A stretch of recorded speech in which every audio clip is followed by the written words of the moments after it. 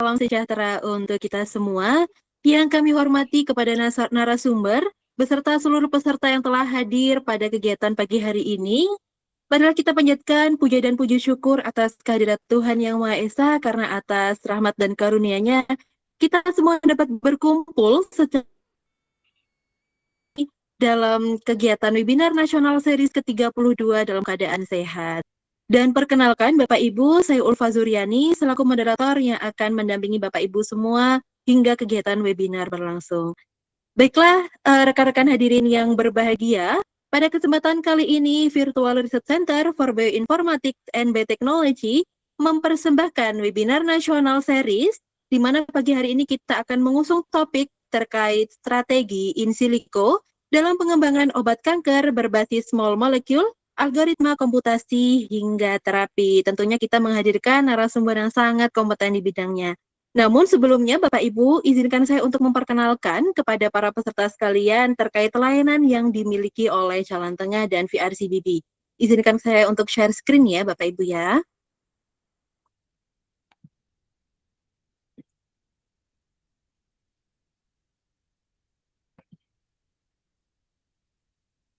Oke, sebentar.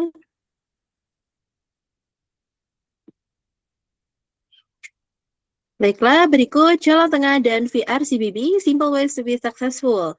Layanan yang pertama ada asistensi publikasi jurnal Scopus Sinta, di mana nanti ada pendampingan publikasi ilmiah, analisis jurnal target, editing layout jurnal,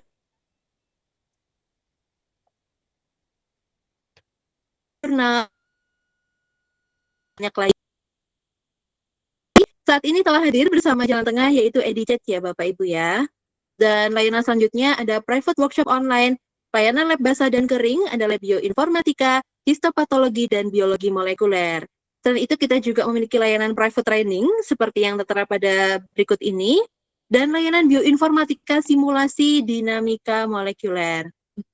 Selanjutnya, berikut ada program unggulan kami Bapak Ibu ya. Yang pertama ada Masterclass Series, webinar series seperti pada hari ini, dan webinar internasional, di mana setiap webinar masterclass kita selalu menghadirkan narasumber beserta topik-topik yang Bapak Ibu butuhkan tentunya.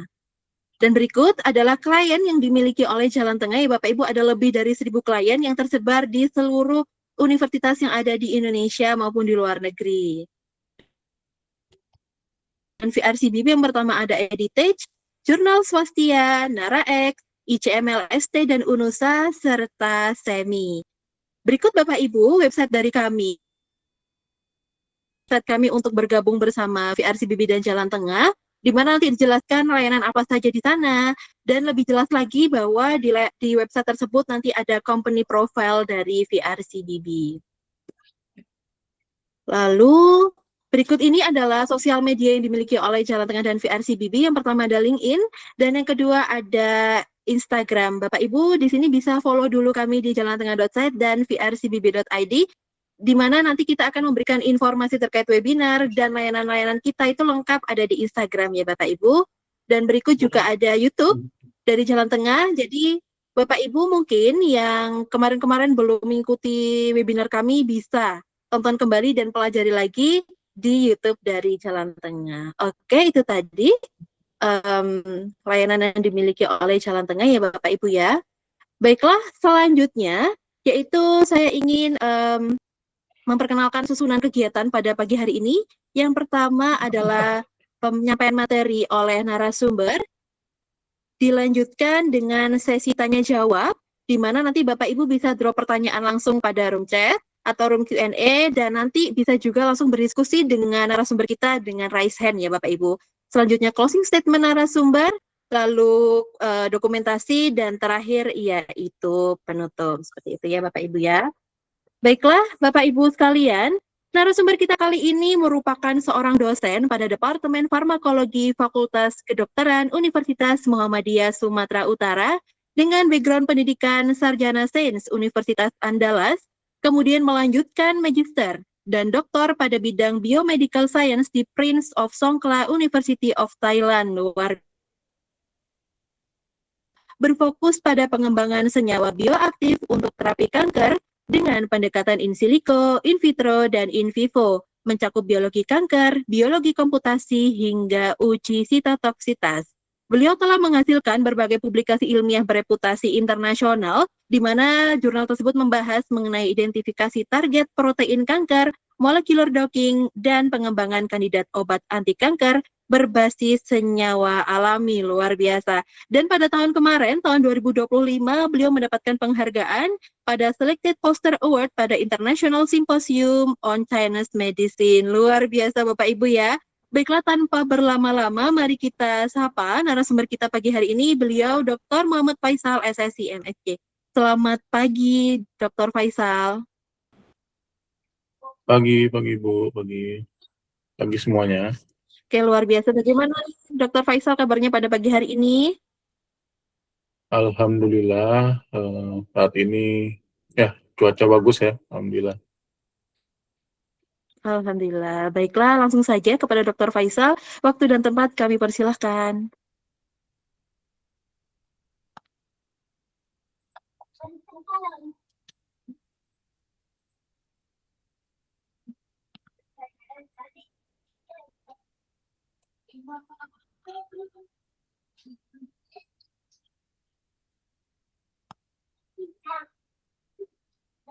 Oke, sudah kelihatan belum? Sudah ya? Belum? Oh, belum. Bentar Bapak, mungkin masih... Ya.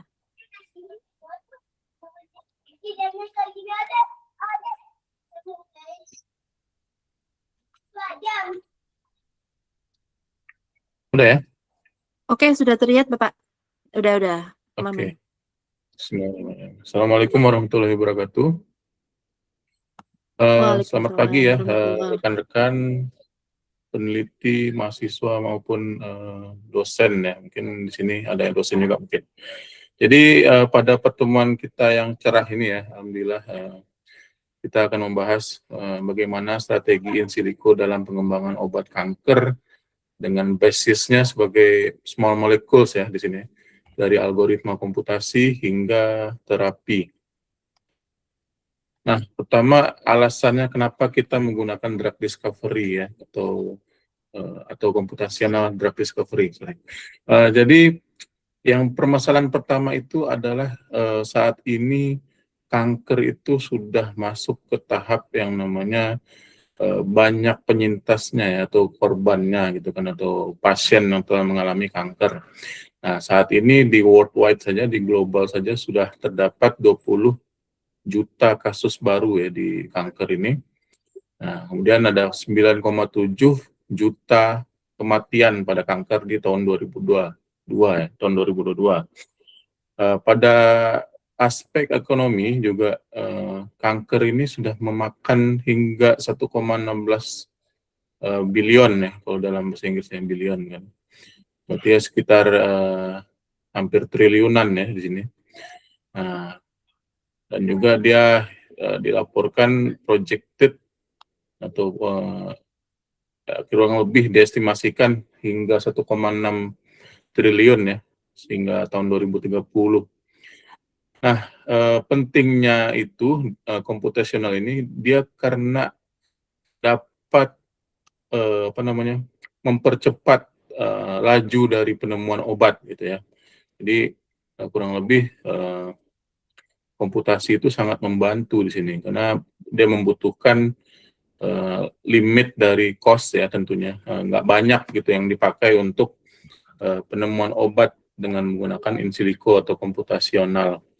Nah, kemudian memerlukan juga novel therapeutics atau obat jenis baru ya. Jadi ya seperti yang kemarin kita hadapi ya, di 6 tahun sebelumnya di SARS-CoV-2 ya, COVID, kita memerlukan obat jenis baru yang spesifik, efektif, dan juga selektif terhadap COVID ya gitu kan, pada lingkup COVID gitu kan. Nah, kemudian ada resisten ya. Biasanya kanker itu yang dihadapin adalah resistensi ya.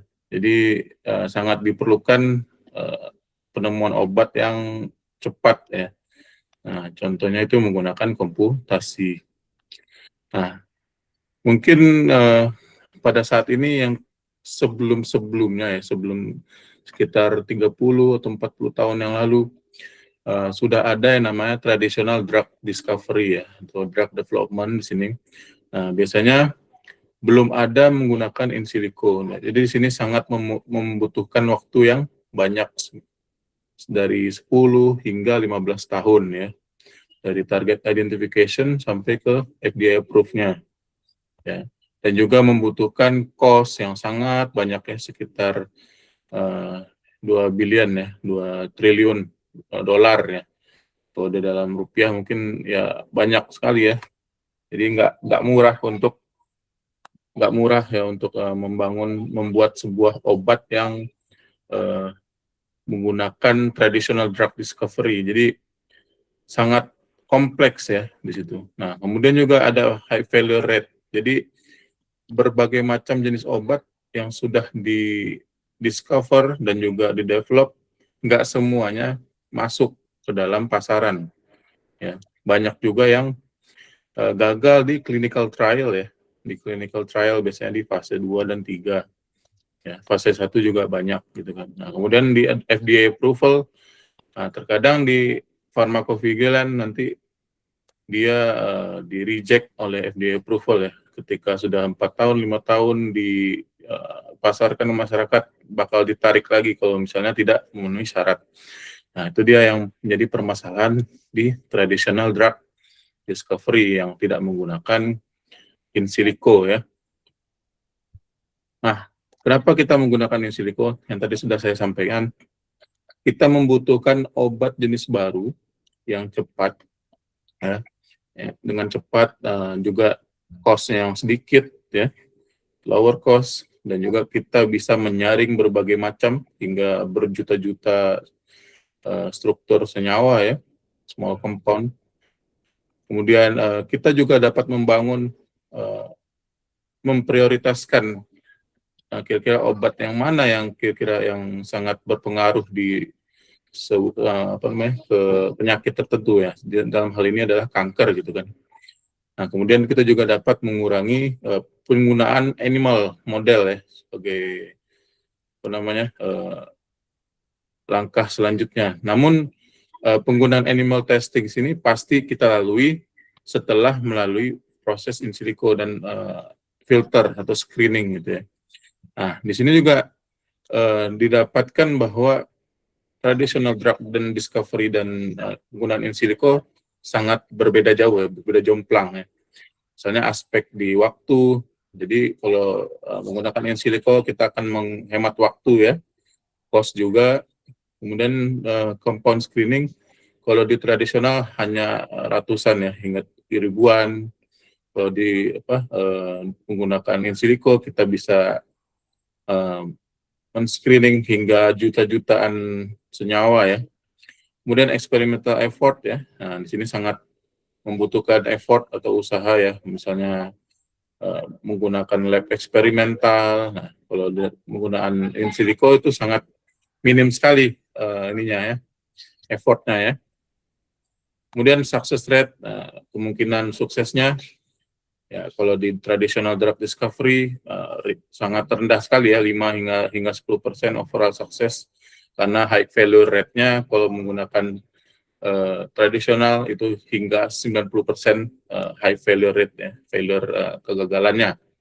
Nah, sementara penggunaan drug discovery, karena kita sudah menyaring dulu, men-screening senyawa-senyawa, kemudian kita mendapatkan yang baik ya, yang terbaik di sini. Jadi kita memprioritaskan yang paling baik ya, yang paling lead compound ya.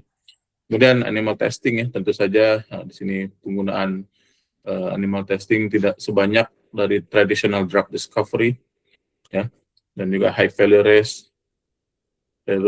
rate-nya juga berkurang ya, karena kita sudah screening terlebih dahulu dengan in silico. Oke, nah ini workflow dari drug discovery ya. Pertama ya, kita harus mengetahui dulu, mempelajari dulu apa sih sebenarnya yang menjadi permasalahan di kanker ya, karena satu tipe kanker dengan tipe kanker lainnya yang misalnya di situs yang berbeda seperti kanker payudara contohnya, dengan ovarium, dengan kanker laring atau faring gitu kan, atau yang misalnya kanker pankreas. Nah, itu sangat berbeda ya markernya gitu kan. Nah, kemudian kita mengidentifikasi target ya di sini. Tentu saja setelah mengetahui disease dan penyakit yang kita akan teliti, kita juga bisa melakukan target identification ya setelah mengetahuinya. Kemudian protein structure yang kita telah dapatkan dari database ya, ada di database. Kemudian kita bisa mengidentifikasi pocket binding ya dengan cara memprediksi ataupun menggunakan hasil dari kristalisasi ya dari protein structure-nya. Itu biasanya sudah ada binding pocketnya, sudah terletak di sana gitu, native ligand-nya. Jadi kita akan bahas. Kemudian ada compound library. Jadi di sini kita mengkolek atau mengumpulkan library atau senyawa-senyawa yang ada dalam sebuah database ya di situ. Kemudian kita screening ya sebanyak-banyaknya gitu kan, misalnya dalam 1 juta ataupun 100.000 senyawa kita screening hingga mendapatkan lebih dari 10 misalnya, 10 atau 15 senyawa yang berpotensi di sini ya, hingga dikatakan menjadi hit compound ya. Kemudian kita lakukan molecular docking, tentu saja kita prediksi apakah afinitasnya dapat menjadikan senyawa tersebut menjadi senyawa hit hingga lead ya. Nah, kemudian kita lakukan ADMET prediction ya, ADMET prediction pharmacokinetiknya, absorption, distribution, metabolism, excretion, dan toxicity ya. Kemudian kita lakukan molecular dynamic simulation. Nah, di sini yang terutama kita perlu mengetahui seperti apa stabilitasnya di dalam sebuah sistem yang menyerupai kondisi fisiologis manusia ya. Ini adalah molecular dynamic simulation. Kemudian kita lakukan prediksi MMPBSA ya untuk mengetahui binding free energy-nya. Dan juga yang terakhir adalah experimental validation. Nah, sebenarnya in silico ini nggak menggantikan peran dari lab basah ya, atau wet lab ya, tapi dia sebagai pen-screening saja, sebagai penapis ya kalau dalam bahasa Indonesia ya, penapis atau filter gitu kan. Nah, hingga mendapatkan 1 atau 5 misalnya senyawa yang berpotensi di situ. Dan kemudian kita lakukan experimental validation. Nah, ini dia ada tipe-tipe komputasi ya, tipe-tipe pendekatan komputasi. Ada SBDD, Structure Based Drug Design, ada LBDD, ada Fragment Based Drug Design, ada Network Pharmacology, dan juga AI Assisted Drug Discovery. Nah, kita bahas tentang Structure Based Drug Design dulu. Jadi SBDD ini dia fokus kepada 3D structure ya dari biological target seperti protein ya misalnya. Nah, jadi kita ini melakukan identifikasi, mendesain dan mengoptimasi semua molekul yang dapat binding atau mengikat di active site ya, di active site pada suatu protein yang kita targetkan ya. Jadi kunci-kuncinya itu adalah 3D structure, kemudian visualisasi dari interaksi antara si ligand dengan si active site residunya ya. Nah, itu SBDD. Nah, workflow-nya seperti ini ya. Jadi ada target selection, kita harus mengetahui dulu kira-kira relevan nggak protein ataupun molekulnya dengan penyakit atau kanker yang akan kita teliti. Ya. Dan ada protein structure obtention, kita mendapatkan 3D structure ya. Apakah dia X-ray, dari hasil dari X-ray atau ke cryo elektron mikroskop atau NMR ya, atau kita dapat membuat homologi modeling ya. Dan ada binding pocket identification. Nah, kita mendeteksi dan mengkarakterisasi active site ya. Nah, ini bisa dengan CASP ataupun penggunaan platform lainnya ya. Ada PRank juga bisa kita prediksi seperti apa dan di manakah letak dari binding pocket ya, dari protein yang akan kita teliti. Nah, kemudian compound library preparation, ini kita bisa melakukan review ataupun dari database-nya, mungkin di Knapsack, mungkin ada yang namanya Knapsack atau Zinc, ya bisa juga. Kemudian ada virtual screening. Nah, ini kita melakukan screening ya untuk mendapatkan senyawa yang berpotensi atau hit compound. Kemudian lakukan molecular docking ya untuk interaksi, mengetahui interaksi, prediksi. Kemudian kita mengoptimisasi dari senyawa hit ya, yang sudah kita dapat, apakah dia selektif atau drug likeness-nya, mungkin kita bisa fokus ke dalam hal-hal tersebut ya. Nah, beda dengan structure base, ligand base ini dia fokus ke ligannya ya. Jadi non-active ligand yang sudah diketahui, nah kita tapis, kita screening untuk mendapatkan kira-kira ada nggak sih aktivitas biologis lain dari senyawa ini gitu. Nah, itu adalah basic dari ligand based drug design LBDD. Ya, jadi dia fokusnya ke active ligand yang sudah diketahui bioaktivitasnya. Jadi dia mengidentifikasi ya, mendesain dan optimasi new compound yang mirip ya propertiesnya ya. Kemudian kita dapat mengetahui kira-kira senyawa ini dapat nggak ke apa namanya beraktivitas ke jenis-jenis protein lain gitu. Nah, tapi kita nggak perlu menggunakan 3D structure ya. Nah, yang apa namanya yang mirip dengan structure base gitu kan. Nah, fokus kita hanya koleksi data dari ligand ya. Jadi contohnya di sini workflow-nya ada data collection ya. Kita ngambil dari database ya, QMBL atau PubChem atau BindingDB ya. Ini websitenya apa namanya platform. Kemudian kita melakukan pre-processing ya dengan cara mengenerate confirmation-nya, menstandarisasinya dulu ya, kemudian mengalign atau mengimpose molekul yang kira-kira seperti apa ikatannya ya, kira-kira seperti itulah. Kemudian kita buat farmakopornya ya. Pasti yang penting adalah farmakopor modeling ya. Kita mengetahui hydrogen bond donor di mana dan akseptor di mana, hidrofobiknya dan aromatiknya di mana ya. Nah, kemudian kita juga bisa memodeling dari QSAR atau quantitative structure and activity relationship. Jadi hubungan antara si struktur dengan bioaktivitasnya. Nah, ini yang mendasari dari LBDD ya. Kemudian ada virtual screening. Setelah mendapatkan screening dari farmakopor, kita juga bisa menggunakan virtual screening untuk menapis berbagai macam jenis senyawa ya. Jadi setelah menggunakan farmakopor model ya, di sini kita juga bisa menggunakan virtual screening ya. Jadi di sini sangat penting dilakukan virtual screening untuk mendapatkan satu atau lebih senyawa hits ya. Kemudian, nah seperti biasa ya kita melakukan optimasi dan juga hit selection ya menggunakan ADMET atau drug likeness ya. Ini penting sekali untuk karena purpose kita kan untuk mencari obat kan gitu. Jadi kira-kira apakah obat ini aman gitu kan? Nah, safety profile-nya seperti apa? Kita harus mempertimbangkannya dengan proses hit selection ya. Kemudian tentu saja biological validation ya dengan in vitro atau in vivo ya. Nah, yang berbeda di sini adalah fragment based drug design.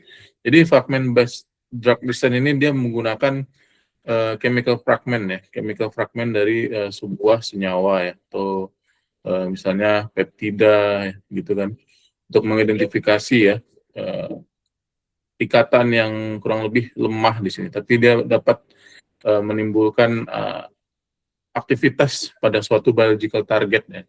Jadi penggunaan fragmen kecil ini dapat kira-kira dapat nggak sih ke apa namanya binding ataupun menghasilkan aktivitas yang kurang lebih mirip dengan senyawa ligand ataupun ligand structure base gitu ya, yang tadi sudah saya sampaikan, yang 2 SBDD dengan LBDD ya.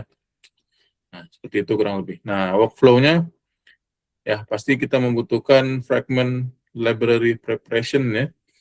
Nah, di sini kita mengumpulkan fragmen-fragmen dari berbagai macam senyawa kimia ya. Ya, misalnya yang beratnya kurang lebih dari 300 Dalton ya, yang kecil ya, small fragment. Kemudian kita screening ya, fragment screening dengan biophysical assay ya, dengan X-ray, NMR atau SPR atau ITC atau juga in silico juga bisa untuk men-screeningnya. Kemudian kita identifikasi dari senyawa hit yang sudah didapatkan dari screening, kita konfirmasi ulang dengan validasi ya. Kemudian binding mode analysis. Nah, di sini perlu juga ya kita melakukan docking untuk melihat binding mode-nya, mode dari ikatannya. Kemudian fragment growing ya. Fragment growing. Nah, di sini kita mensintesis apakah si fragmen ini kira-kira akan dapat disintesis seperti apa senyawanya gitu kan. Nah, ini perlunya penguasaan QSAR ya. Penguasaan QSAR. Mungkin next time kalau ada pelatihan mengenai pelatihan QSAR mungkin boleh diikutin ya untuk untuk melatih dan mengetahui bagaimana cara menilai suatu perubahan dari struktur kimia yang berkaitan dengan bioaktivitasnya ya. Jadi itu pentingnya ya di fragment based drug design ya. Kemudian ada optimization ya. Seperti biasa kita menilai suatu senyawa bukan hanya dari efikasinya ataupun selektivitasnya saja, tapi kita juga perlu ADMET-nya ya, safety profile juga kita harus consider, harus dipertimbangkan ya. Kemudian in silico evaluation menggunakan MD atau MMPBSA atau DFT ya. Dan ADMET prediction. Nah, ini ketika sudah kita dapatkan 1 atau 3 atau 5 senyawa yang kira-kira safe ataupun selektif ya, kita dapat melakukan experimental validation. Nah, jadi seperti saya katakan sebelumnya, jadi in silico ini hanya fokus ke dalam mempersiapkan untuk validasi ya, bukan sebagai pendekatan yang memastikan senyawa ini aman, senyawa ini aktif terhadap misalnya protein A. Nggak bisa kita katakan seperti itu karena akan jatuhnya jadi overclaim. Ya, kita harus melakukan EBM atau evidence based medicine, membutuhkan experimental validation. Nah, itu posisinya ya. Kemudian ada network farmakologi. Nah, di sini network farmakologi kita menggunakan integrasi dari sistem biologi dan komputasi ya. Jadi pada hal ini pada sistem network farmakologi kita harus mempunyai compound atau library compound pada suatu misalnya obat herbal gitu kan. Misalnya pada tumbuhan gitu kan. Kita harus mempunyai library compound misalnya pada website Knapsack. Nah, itu kita bisa lihat kira-kira senyawanya apa aja gitu kan. Nah, nanti kita bisa lakukan network pharmacology. Nah, dengan targetnya, karena satu protein mungkin bisa berhubungan dengan berbagai macam penyakit, ya, berbagai macam pathways. Jadi nggak cuma kanker ya, misalnya pada COX-2 ya kan, cyclooxygenase, mungkin bisa pada kanker. Namun dia juga bisa ke dalam wound healing misalnya kan. Nah, kalau misalnya Bapak Ibu penelitian untuk regenerasi sel, nah itu bisa juga dilakukan di network farmakologi menggunakan COX-2 ya, misalnya aktivitas yang lain, misalnya inflamasi atau wound healing, ataupun hormonal bisa jadi kan karena dia produksi prostaglandin kan gitu. Nah, itu yang ditekankan di network farmakologi. Nah, ini adalah workflow-nya ya. Compound collection ya dengan PubChem ataupun Knapsack ya, Knapsack.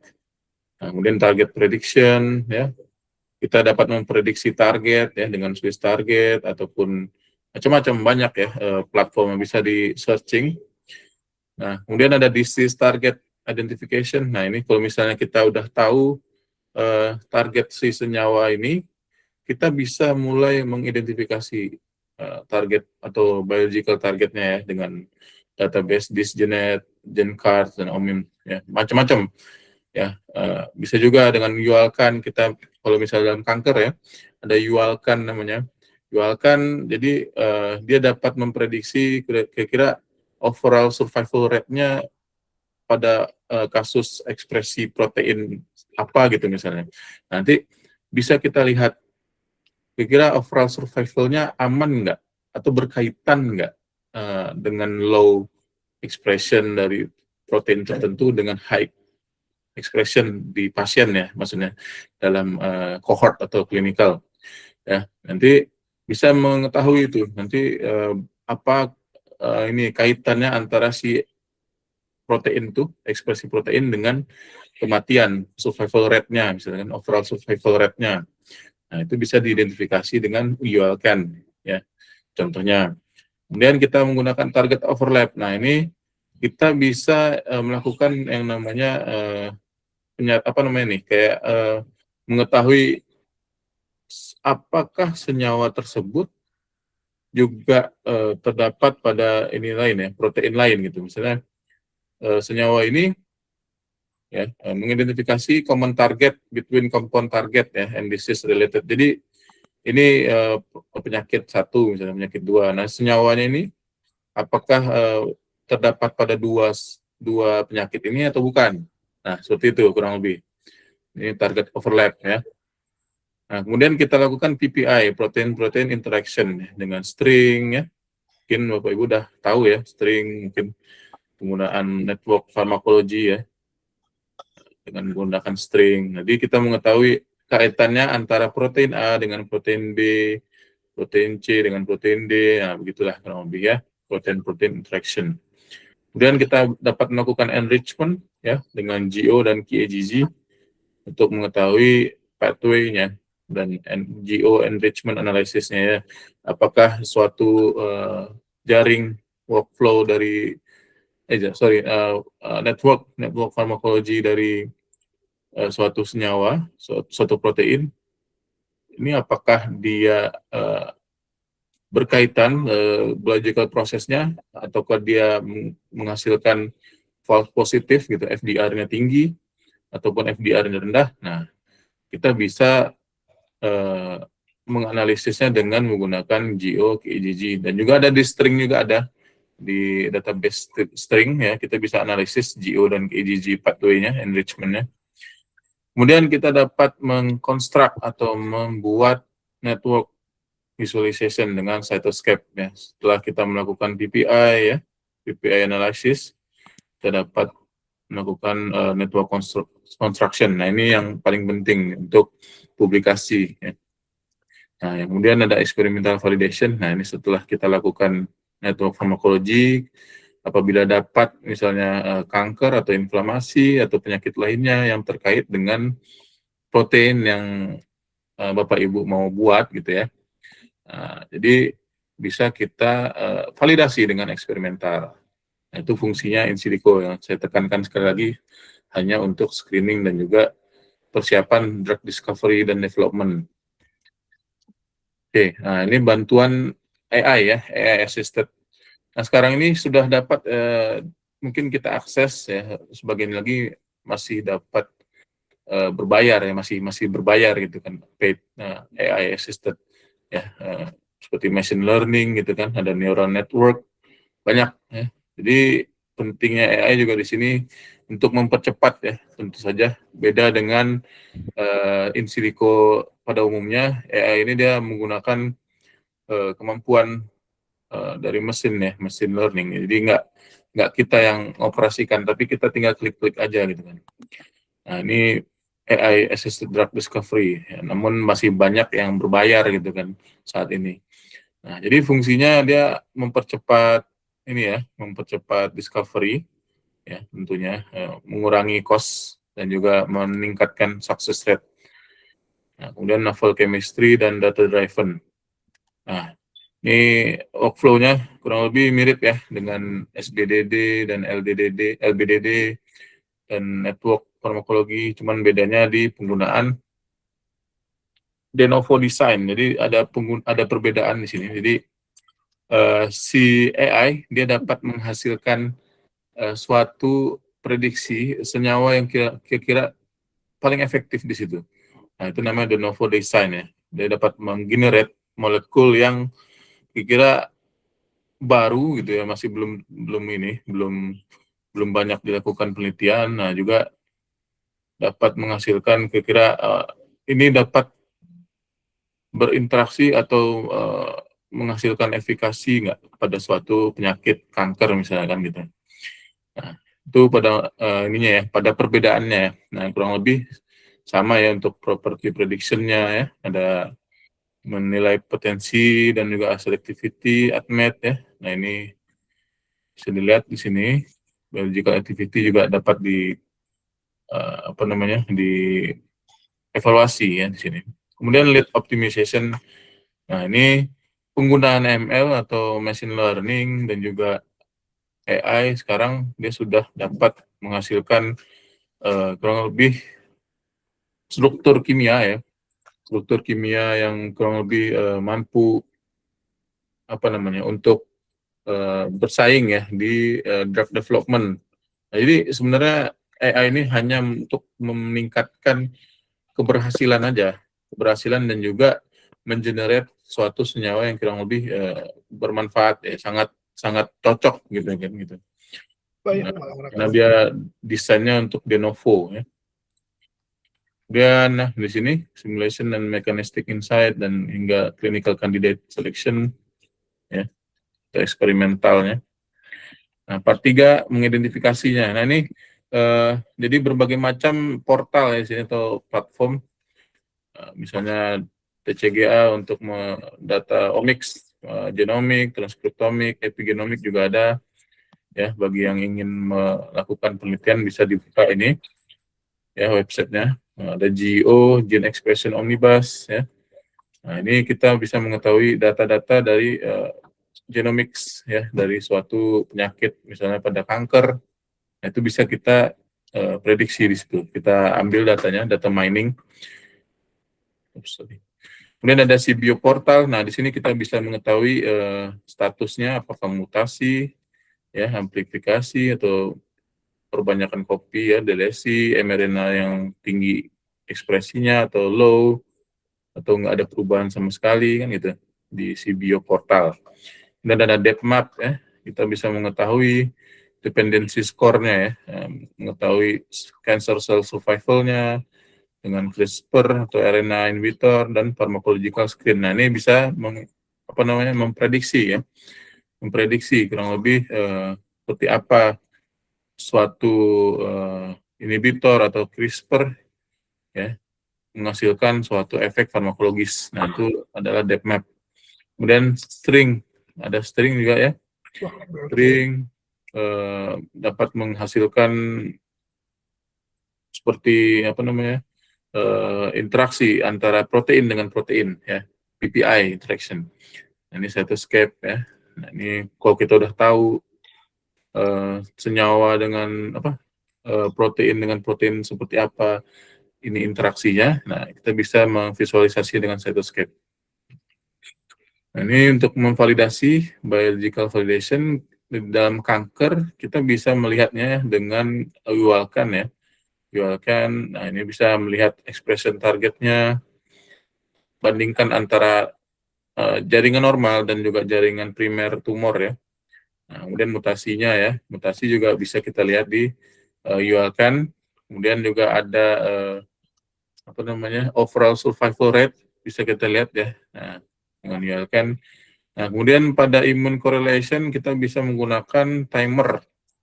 Ini kita bisa melihat apakah protein yang akan kita uji itu positif correlation atau negatif correlation dengan immune infiltration. Nah, itu penting sekali karena untuk melihat adanya respon imun yang akan kita apa namanya, buat divalidasi di eksperimental atau wet lab-nya. Nah, kemudian ada GPIA atau GPA ya. Kemudian di sini kita lihat dia mampu menganalisis dari ekspresi dari suatu mRNA dari jaringan normal atau jaringan tumor ya. Nah, ini pentingnya sekali ya untuk penilaian biological target validation. Kemudian ada Kaplan-Meier plotter ya. Nah, di sini untuk memvalidasi apakah dia prognostiknya prognostiknya good atau prognostiknya worse gitu kan. Kalau prognostiknya worse dikatakan protein ini apabila teroverekspresi dia akan menimbulkan kematian yang sangat signifikan ya, kan begitu. Nah, sementara dia kalau good, nah dia nggak menimbulkan kematian yang sangat signifikan. Nah, ini small molecule discovery. Nah, ini saya cantumkan contoh-contohnya ya. Jadi small molecule itu adalah senyawa yang kecil ya, sekitar kurang dari 900 Dalton, sangat kecil sekali. Nah, ini fungsinya untuk apa? Dia untuk menginteraksi dengan biological target. Nah, berinteraksinya untuk apa? Ya, untuk mengurangi ekspresi atau mengurangi aktivitas. Nah, mengurangi ekspresi juga terkadang yang kita lihat adalah dia nggak direct langsung ke dalam suatu biological target. Namun dia bisa mengurangi ekspresi protein lain. Nah, itu namanya direct down regulation ya. Nah, non-direct down regulation. Jadi penting sekali kita mengetahui apakah suatu senyawa dapat mengurangi ekspresi atau aktivitas dari suatu onkoprotein, onkogen. Nah, ini perlu dicatat, onkogen dan onkoprotein sangat penting sekali kita ketahui ya untuk mempelajari target-target dari si protein dari sel kanker ya, suatu sel kanker. Nah, ini dia contohnya, ada imatinib ya, ada gefitinib. Ini targetnya banyak ya, ada BCR-ABL, ada c-KIT, ada platelet derived growth, banyak macam-macam ya. Nah, indikasinya ini pada kanker leukemia ya, ada GST ya, ada NSCLC, ada liver ya, HCC, ada renal, ada DTC, macam-macam ya, ada NSCLC ya, pada umumnya pada lung cancer, karena lung cancer ini ya yang paling banyak di dunia adalah lung cancer. Kasus kematian, kasus baru ya, kanker itu adalah lung cancer, yang kedua adalah breast cancer kan gitu. Nah, kemudian ada sunitinib ya. Di sini kita tahu bisa targetnya itu beda-beda ya. Namun yang kita harus titik beratkan di sini adalah kita harus mengetahui efeknya ke dalam clinical outcome-nya seperti apa. Nah, itu yang kita harus consider ya di situ. Nah, ada palbociclib. Nah, banyak ya di sini yang saya cantumkan. Nah, ini chemical database. Sebelum kita melakukan yang namanya screening, kita harus mendapatkan struktur dari suatu senyawa kimia ya. Nah, menggunakan chemical database. Ya, kita bisa download ataupun kita bisa mendapatkan notasi SMILES ya untuk mendapatkan profil dari ADMET atau farmakokinetiknya. Nah, ini PubChem mungkin udah tahu ya, PubChem, ada ChemBL, DrugBank juga ada ya. Namun kalau untuk structure data file ada di PubChem, ada ChemBL, ada Zing ya. Nah, sementara Knapsack, nah ini hanya database ya, hanya database. Tapi di sini juga ada ini ya, ada senyawanya, ada struktur senyawanya yang bisa kita draw atau kita gambar di Marvin Sketch ya. Nah, kemudian compound preparation ya, energy minimization untuk mendapatkan struktur senyawa yang kurang lebih stabil itu ya, stabil conformation-nya. Kemudian protonation. Ini adalah ini ya, cuman hal yang penting sekali untuk mempreparasi dari ligan ya, ligan atau small compound itu adalah menggunakan berbagai macam step-stepnya, energy minimization, protonation, geometry optimization, kemudian file conversion. Nah, ini step-stepnya ya. Jadi sebenarnya ligan itu dia bentuk dalam database-nya itu belumlah optimal. Namun oleh karena itu kita harus melakukan energy minimization, protonation, dan geometry optimization untuk meningkatkan stabilitasnya ya. Kemudian juga bond length-nya di sini kan merefine bond length atau panjang dari ikatan antara misalnya karbon dengan hidrogen, kita lakukan refinery di situ. Ya. Kemudian file conversion, nah, di sini kalau udah dilakukan docking misalnya, kita butuh file PDBQT ya, PDBQT. Kemudian untuk molecular dynamic simulation di misalnya pada GROMACS ataupun Amber misalnya, itu menggunakan, kalau nggak salah saya menggunakan mol ya. Kalau saya pakai Amber biasanya pakai mol ya, mol 2 untuk konversi dari ligan untuk ke sistemnya gitu kan. Nah, ini strateginya untuk small molecule ya, in silico strategi small molecule dalam drug development. Nah, ini strateginya. Pertama kita dapat mengidentifikasi dulu menggunakan in silico ya. Ya, menggunakan in silico kita in silico basic dari database ya. Kita harus mengetahui dulu targetnya itu apa ya. Kemudian kita dapat mempreparasi struktur ya. Struktur dari protein protein dari ini ya, struktur proteinnya ya. Protein target structure-nya. Ada hydrogen, ada optimization yang tadi. Nah, ini fokusnya ke dalam target proteinnya. Nah, kemudian melakukan virtual screening ya, kita melakukan library based screening, ya, natural compound atau database, dan juga melakukan pharmacophore dan similarity screening ya. Mungkin bisa dilihat di database zinc misalnya atau KMBL itu ada virtual screening ya. Jadi kita bisa lihat yang similar dengan senyawa itu apa aja. Ya. Pharmacophore-nya bisa kita identifikasi ya dengan platform, bisa lihat pharmacophore modeling, kita hanya memasukkan ligannya saja. Nanti kita bisa lihat ininya ya, pharmacophore-nya. Kemudian ada molecular docking ya, predict binding mode dan affinity ya. Pastilah kita mengetahui interaksinya antara protein dengan ligan gitu kan. Dan mendapatkan top candidates, biasanya sekitar 1 sampai 5 senyawa yang sangat berpotensi. Kemudian kita lakukan ADMET prediction untuk mengetahui safety profile-nya ya, absorption ya. Sudah saya sampaikan tadi kan ada absorption, distribution, metabolism, excretion, dan toxicity yang kita harus evaluasi atau prediksi ya dengan Protox misalnya atau ADMET Lab misalnya platformnya.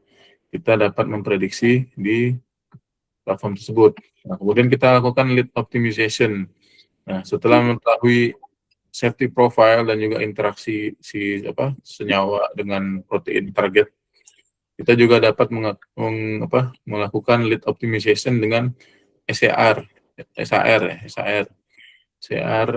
structure activity relationship. Kita bisa mengetahui hubungan antara si senyawa ini dengan protein dengan senyawa yang lain gitu. Jadi kurang lebih apa sih kaitannya antara si senyawa ini dengan senyawa yang lain gitu. Bedanya apa? Aktivitasnya, apakah aktivitas A dengan aktivitas A si senyawa A itu sama dengan aktivitas A pada senyawa B. Nah, itu kita bisa lakukan namanya SAR analysis ya. Nah, ini virtual screening. Nah, ini teknik pada komputasi ya yang biasanya untuk mengetahui senyawa hits, potential active compound ya. Ini kurang lebih seperti ini, library preparation, filtering ya, menggunakan Lipinski, drug likeness, untuk mengetahui drug likeness-nya ataupun lead likeness misalnya kan. Ya, kemudian ada hit identification, kita dapat melakukan molecular docking, yang identifikasi interaksinya, kemudian kita lakukan ranking ya di sini.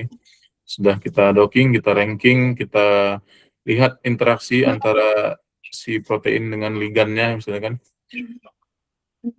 Betul screen. Nah, molecular docking, nah ini prinsipnya ada banyak ya. Molecular docking mungkin udah pada pernah buat mungkin ya, tapi nggak tahu fungsinya untuk apa. Jadi fungsi molecular docking itu hanya untuk prediksi interaksi atau orientasi dari si ligand dengan si active site yang kita docking, yang kita lakukan docking. Nah, prinsipnya itu ada dua di sini, ada lock and key model. Ya, the ligand is rigid ya, karena ligand itu rigid, jadi kita hanya fokus. Jadi pada molecular docking itu statis ya, Bapak Ibu. Jadi dia nggak fokus ke simulasi ataupun dinamis ya, karena kita hanya fokus ke dalam apakah si senyawa ini dia mampu untuk mengikat atau binding di active site-nya. Nah, itu saja. Sementara pada molecular dynamic dia itu membutuhkan suatu sistem untuk membuat dinamika atau perubahan dari suatu sistem kompleks ya. Nah, itu akan dinilai di trajektorinya, nanti dibahas. Nah, ini induced fixed fit model ya. Nah, ini yang fleksibel ya. Kemudian algoritma. Nah, ini yang terutama yang harus kita catat, itu ada berbagai macam algoritma ya di dalam molecular docking. Ada GA, ada LGA, ada MC, Monte Carlo. Kemudian ada simulated annealing ya. Kemudian ada scoring function ya. Kita bisa estimasi atau memprediksi afinitas bindingnya. Kurang lebih kayak docking score gitu ya. Kira kalau misalnya dia semakin negatif, maka dikatakan semakin kuat ikatannya. Gitu. Nah, ini total score-nya dipengaruhi oleh berbagai macam interaksi. Kemudian docking output. Ya. Ini adalah hasil dari yang kita lakukan dockingnya. Nah, sebelum mulai docking, kita harus memvalidasinya dulu ya Bapak Ibu. Jadi pada komputasi atau in silico ini, kita nggak bisa langsung memakai protokolnya. Kadang-kadang dia glitch ya ataupun ada permasalahan di situ. Nah, kita menggunakan redocking dulu, self docking dengan menggunakan native ligand atau co-crystallized ligandnya. Jadi kita mendocking ulang ya, misalnya si senyawa co-crystallized ligandnya kita ekstrak ya ke dalam sistem dari molecular docking dan kita lakukan redocking. Apakah dia superimpose-nya RMSD? Nah, RMSD itu adalah suatu perbedaan antara posisi awal dengan posisi setelah docking ya. Misalnya dekat gitu kan. Nah, maka dikatakan RMSD-nya misalnya kurang lebih dari 1 angstrom, dikatakan excellent ya validation-nya ya. Kemudian kalau misalnya dia lebih dari 3 biasanya atau lebih dari 2 itu sudah dikatakan sudah awas ya atau moderate. Sini ya walaupun masih perlu di optimization ya ininya ya protokol dari dockingnya. Dan kalau udah lebih dari 3 itu jelek sekali ininya ya dikatakan validation-nya. Nah, ini memerlukan protokol yang baru ya. Protokol ini maksudnya misalnya grid box-nya, misalnya kan kalau udah pernah buat grid box-nya apakah posisinya sudah oke ataupun grid box size-nya sudah memenuhi ligand, karena ligand itu bisa saja dia mempunyai rotatable bonds yang sangat berlebih ya. Jadi saya juga punya pengalaman ligand rotatable bond-nya ini hingga 30 lebih gitu ya, 30 rotatable bond. Berarti kan dia kurang lebih mempunyai banyak kemungkinan berputar gitu kan, posisinya. Nah, itu yang membuat susahnya untuk mendapatkan validasi docking ya. Nah, kalau rotatable bonds-nya sangat banyak, nah saya rasa ya cukup sulit untuk melakukan hingga mendapatkan good RMSD di sini. Ya, nah itu bagian dari docking validation. Nah, untuk perbandingan docking algoritma, jadi sebenarnya hanya fokus ke dalam ini ya, strategi, exploration ability. Nah, ini kemampuan dari komputer Bapak Ibu aja, dan juga kelemahan dan kelebihannya juga ada di sini ya. Jadi kalau GA itu population dengan Lamarckian, namun Lamarckian biasanya juga menggunakan local optimization. Jadi ini adalah sebuah algoritma ya Bapak Ibu ya. Jadi algoritma yang sudah ada dalam package, biasanya di Autodoc Tools ada genetic algorithm. Nah ini udah ada packagingnya, package-nya dalam suatu sistem softwarenya itu ya. Nah ini kurang lebih prosesnya begini ya. Initialized population ya, policy fitness. Bedanya dengan Lamarckian, dia menggunakan local optimization. Ya, menggunakan local optimization. Nah, untuk ininya beda ya, sama ya. Initialized population ya, selection ya kan, evaluate fitness, kemudian crossover, mutation. Nah, jadi datanya hingga mendapatkan next generation ya. Jadi kurang lebih begitu. Untuk Monte Carlo dia secara randomly algoritmanya random ya. Jadi dia nggak tersusun rapi. Jadi untuk docking biasanya kalau saya dan tim menggunakan Lamarckian genetic algorithm untuk menilai local optimization-nya. Gitu juga. Untuk Monte Carlo dan simulated annealing, nah ini perbedaannya ya. Simulated annealing dia meningkatkan apa namanya temperatur ya, misalnya pada proses docking ini. Nah, namun negatifnya ya mungkin lihat di sini sangat tidak efisien ya kalau misalnya melakukan docking dengan Monte Carlo dan juga simulated annealing ya, karena fokus kita hanyalah untuk men-screening pose-pose atau posisi-posisi dari ligan hingga aktif sehingga dapat apa namanya berinteraksi dengan situs aktif dari suatu protein yang akan kita teliti, kan gitu kan ininya prinsipnya. Nah, saya sarankan untuk melakukan LGA ataupun GA untuk di algoritmanya. Nah, ini untuk men-select atau memilih algoritma dalam molecular docking, nah kita harus pertimbangkan fleksibilitas dari protein, kemudian jumlah dari residu ya, ada ligannya.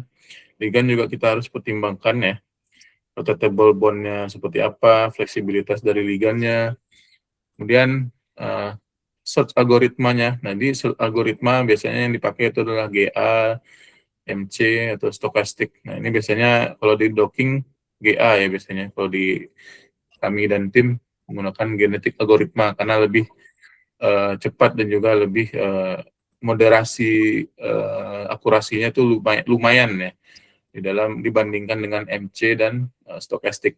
Jadi kita karena prinsipnya hanya untuk men-screening, kita memerlukan akurasi yang moderat dan juga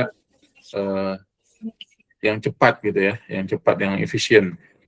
Nah, ini conformational sampling ya, kita dapat mengenerate possible poses. Ini juga bisa kita consider ya dalam hal ini. Kemudian scoring ya, score dan rank poses using a scoring function. Nah, seperti ini ya kurang lebih. Validation juga diperlukan ya. Application, nah ini dia application-nya, process to virtual screening. Jadi yang penting kita harus ketahui itu adalah ligand flexibility, receptor flexibility, binding site size-nya, apakah dia besar, pocketnya ya. Nah, dan juga computational cost. Kita juga menimbang masalah listrik ya, cost-nya, efisiensinya yang kita pertimbangkan. Kemudian juga tujuan dockingnya, apakah hanya mengetahui screening ya, berarti kan hanya menapis atau memfilter senyawa-senyawa ya.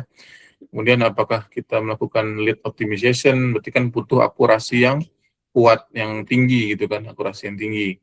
Itu bisa jadi bahan pertimbangan. Ini dia summary-nya. Kita kenali sistem kita yang kita akan buat di docking. Choose right search algorithm, GA-nya atau stochastic atau Monte Carlo mungkin yang misalnya kita butuh ya. Sample confirmation ya. Kemudian score dan validate. Nah, ini kita harus pertimbangkan ya. Jadi sebenarnya nggak ada yang algoritma yang the best untuk suatu sistem. Jadi semua sistem maksudnya. Jadi satu sistem pasti ada kekurangannya. Satu algoritma pasti ada kekurangannya di tiap-tiap tiap-tiap sistem. Jadi nggak semua sistem bisa kita gunakan algoritma yang sama gitu. Jadi kurang lebih seperti itu ya. Penggunaan algoritma docking lah contohnya, kita biasa menggunakan LGA ataupun GA ya. Nah, ini molecular docking workflow ya. Protein preparation, ligand preparation. Nah, grid yang paling utama juga, kita harus mendefinisikan binding site ya. Apakah binding site-nya cocok ya pada active site-nya. Itu bisa kita, harusnya bisa kita inikan, prediksi dengan P-rank misalnya atau CASP. Nah, kemudian docking parameter, search algoritmnya ya, inflasinya berapa, run GA-nya berapa, scoring function yang kita pakai apa, ya kan gitu. Docking parameter setup. Kemudian kita docking ya, kita running. Nah, kemudian kita analisis visualize-nya. Nah, seperti itu ya. Nah, interaction analysis. Nah, ini yang penting sekali kita harus tahu maknanya dari interaksi dari docking itu apa sih. Misalnya pada contohnya di sini hydrogen bond ya. Hydrogen bond ini adalah ikatan antara donor H dengan donor akseptor H kan gitu secara teorinya. Kemudian ada hydrophobic interaction ya kan antara non-polar group ya kan begitu. Non-salt bridge ya dalam interaksi elektrostatik di sini kita mengetahui seperti apa interaksinya. Juga ada yang namanya PP bonds ya antara aromatik dengan aromatik ataupun aromatik dengan gugus hidrofobik misalnya. Kemudian ada water bridge ya. Water bridge antara hidrogen bond dengan ini ya, dengan water, hidrogen bond dengan water atau acceptor, hidrogen acceptor dengan water. Itu bisa menjadi water bridge ya. Nah, ini biasanya interaksi-interaksi ini menggambarkan posibilitas dari stability atau kemungkinan antara protein dengan ligand ini kira-kira berinteraksi dengan stabil atau tidak. Nah, tapi di sini hanya statis ya Bapak Ibu dengan docking ini. Kita nggak bisa lihat secara simulasi atau real time-nya. Nah, kita membutuhkan ND ya gitu. Nah, ini docking interpretation ya. Nah, bisa dibaca di sini binding affinity. Kemudian kita juga harus mengetahui RMSD-nya, di mana RMSD yang kurang dari 2 ataupun 2 di atas 2 sedikit ya. Nah, itu acceptable gitu. Ya. Lebih di sini interaction residue.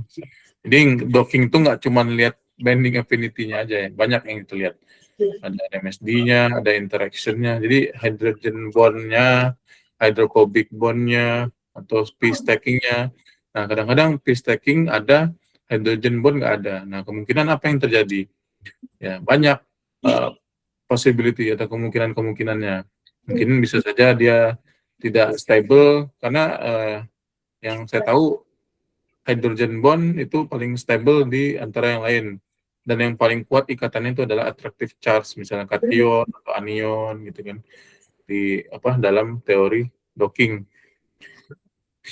Ya, nah ini visualisasinya yang perlu kita buat di in silico study ya.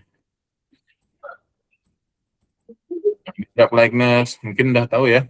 Lipinski, Rule of Five atau GOS. Banyak, sebenarnya rules-nya banyak ya. Nggak cuman ini, ada yang Pfizer juga di Admet Lab, dia menggunakan Pfizer ya untuk rules-nya. Ya.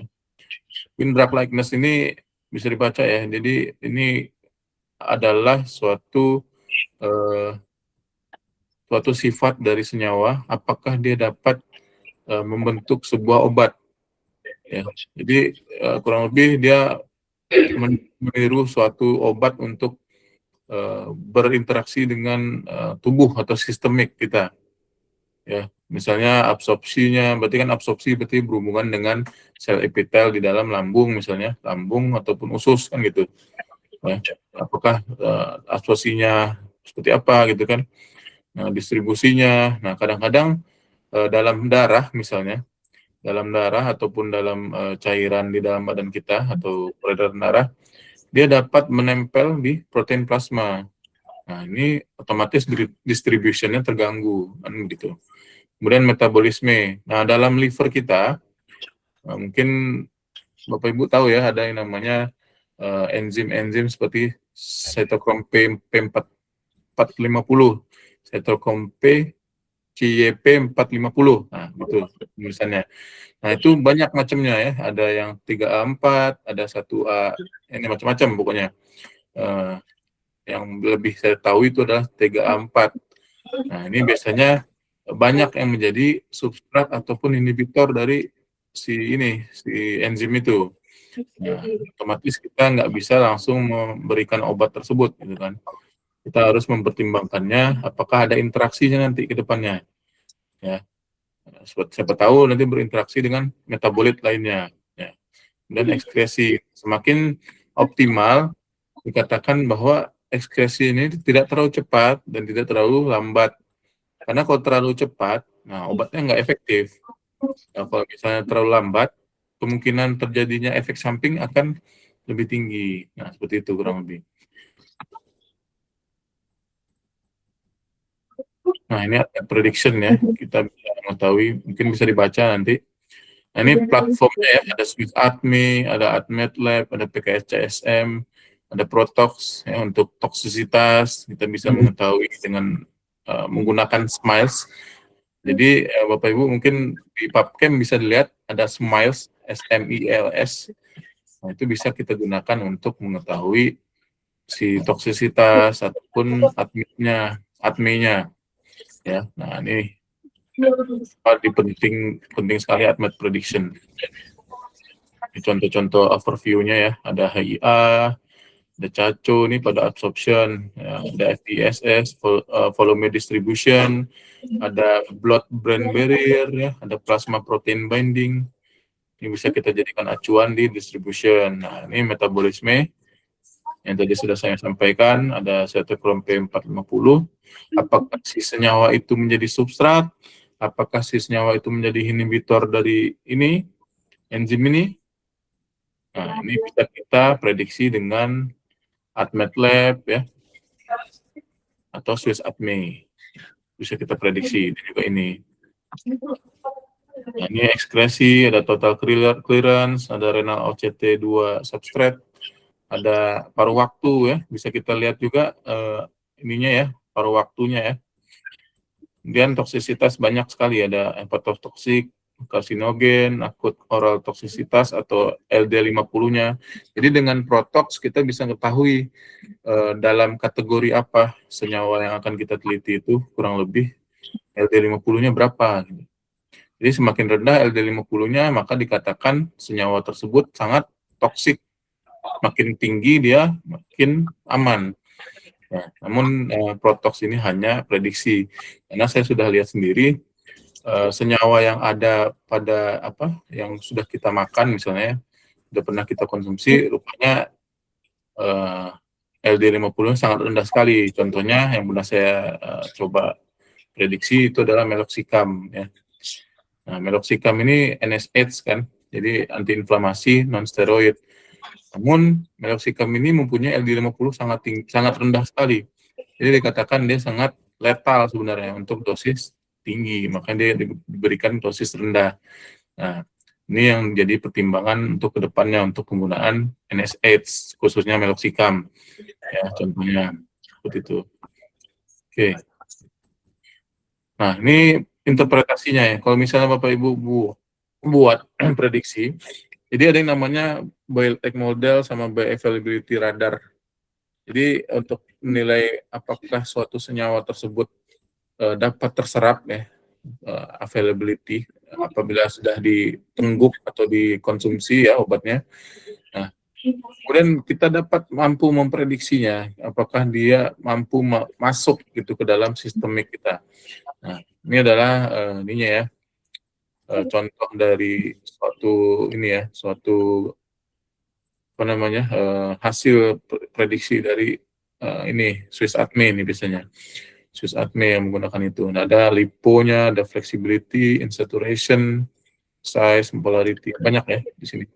Bisa dilihat ada egg model. Nah, di sini bisa kita lihat apakah suatu senyawa dapat terserap ya di intestinal atau HIA, probability intestinal absorption. Kemudian ada yellow-nya, yang pada yellow dia ke BBB ya, blood-brain barrier ya.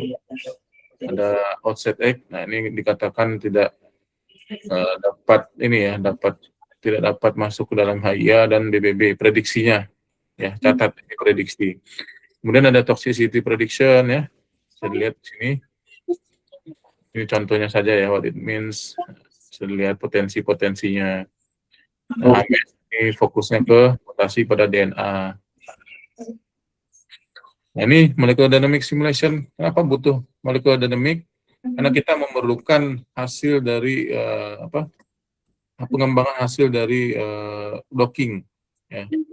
Simulation ini pengembangan hasil docking. Apabila kita menemukan hasil docking yang oke, nah kita harus memvalidasinya dulu ke dalam molecular dynamic. Kita harus mengetahui molecular behavior antara si ligand dengan si protein ya. Nah, kemudian kita juga dapat menghitung protein fleksibilitas. Nah, yang penting di sini adalah mengetahui stabilitas dan juga fleksibilitas antara ikatan si protein dengan ligand. Kemudian kita dapat memvalidasi docking result ya, tadi saya sudah sampaikan, provides insight into stability ya, mengevaluasi RMSD, RMSF, radius gradation dan lain sebagainya. Kemudian explore interaction dynamics, bisa kita lihat apakah ada perbedaan jumlah hydrogen bond yang terbentuk di sistem ya, dengan misalnya sebelum di dynamic simulation di MD kita jalankan 100 nanosecond contohnya. Nah, apakah dia akan menimbulkan H bond atau hydrogen bond yang sama atau hydrophobic bond yang sama dengan residunya atau asam aminonya? Nah, itu bisa kita eksplorasi di sini. Ini supports rational drug design. Ya.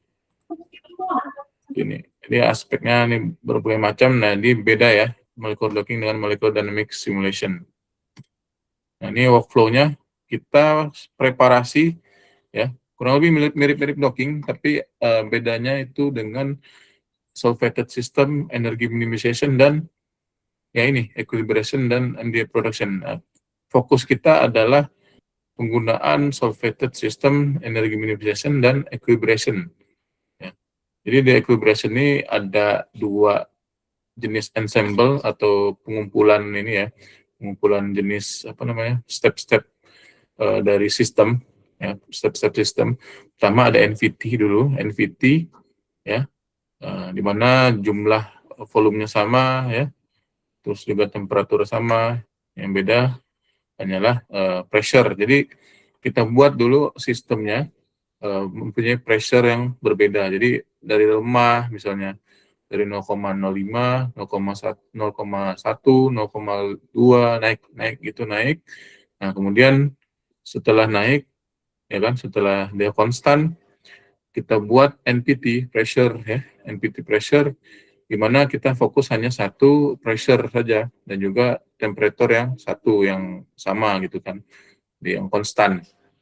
Nah, ini fungsinya untuk mengetahui apakah adanya nanti perbedaan yang tadi sudah saya sampaikan ya, fleksibilitasnya, kemudian hydrogen bondnya berbeda nggak interaksinya.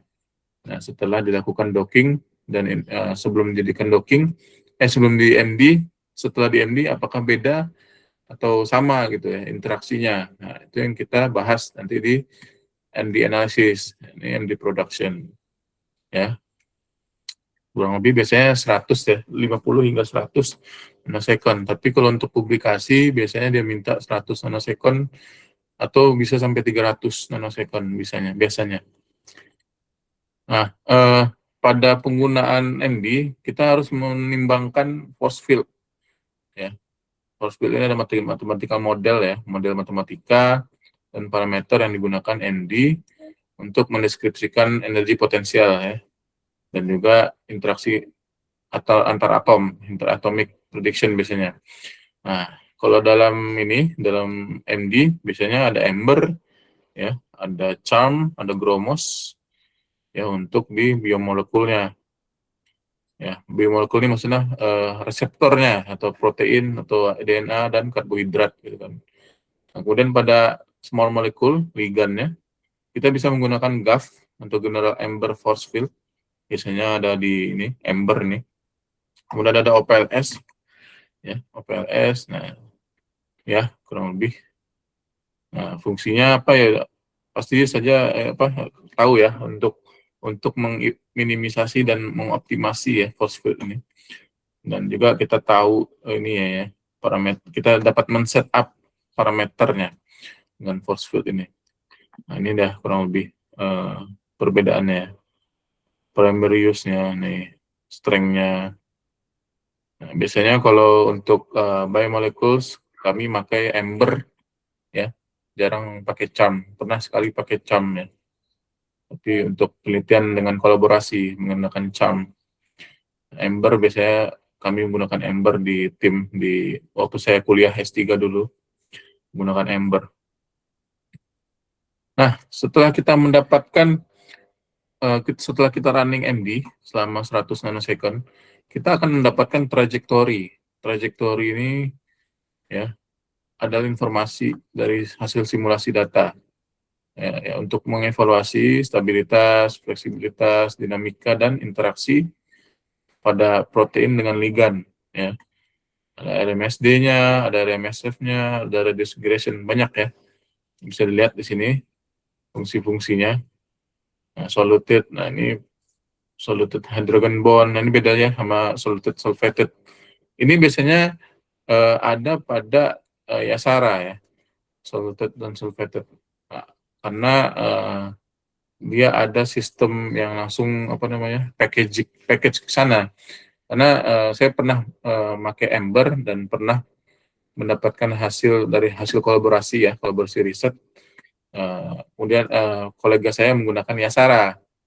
Sementara saya pribadi sebelumnya pakai Ember. Nah, itu hasil yang kita running di situ render hasil trajektorinya itu berbeda karena kebutuhan kebutuhan dari riset kami ya berbeda. Nah, pada Yasara bisa dilihat juga ligand movement-nya, ligand conformation-nya, ya apakah ada perubahan dari ini ya conformation stability-nya, kan bisa saja bentuk awal begini jadi nanti rotatable, karena rotatable bond-nya di sini jadi berputar ya kan gitu.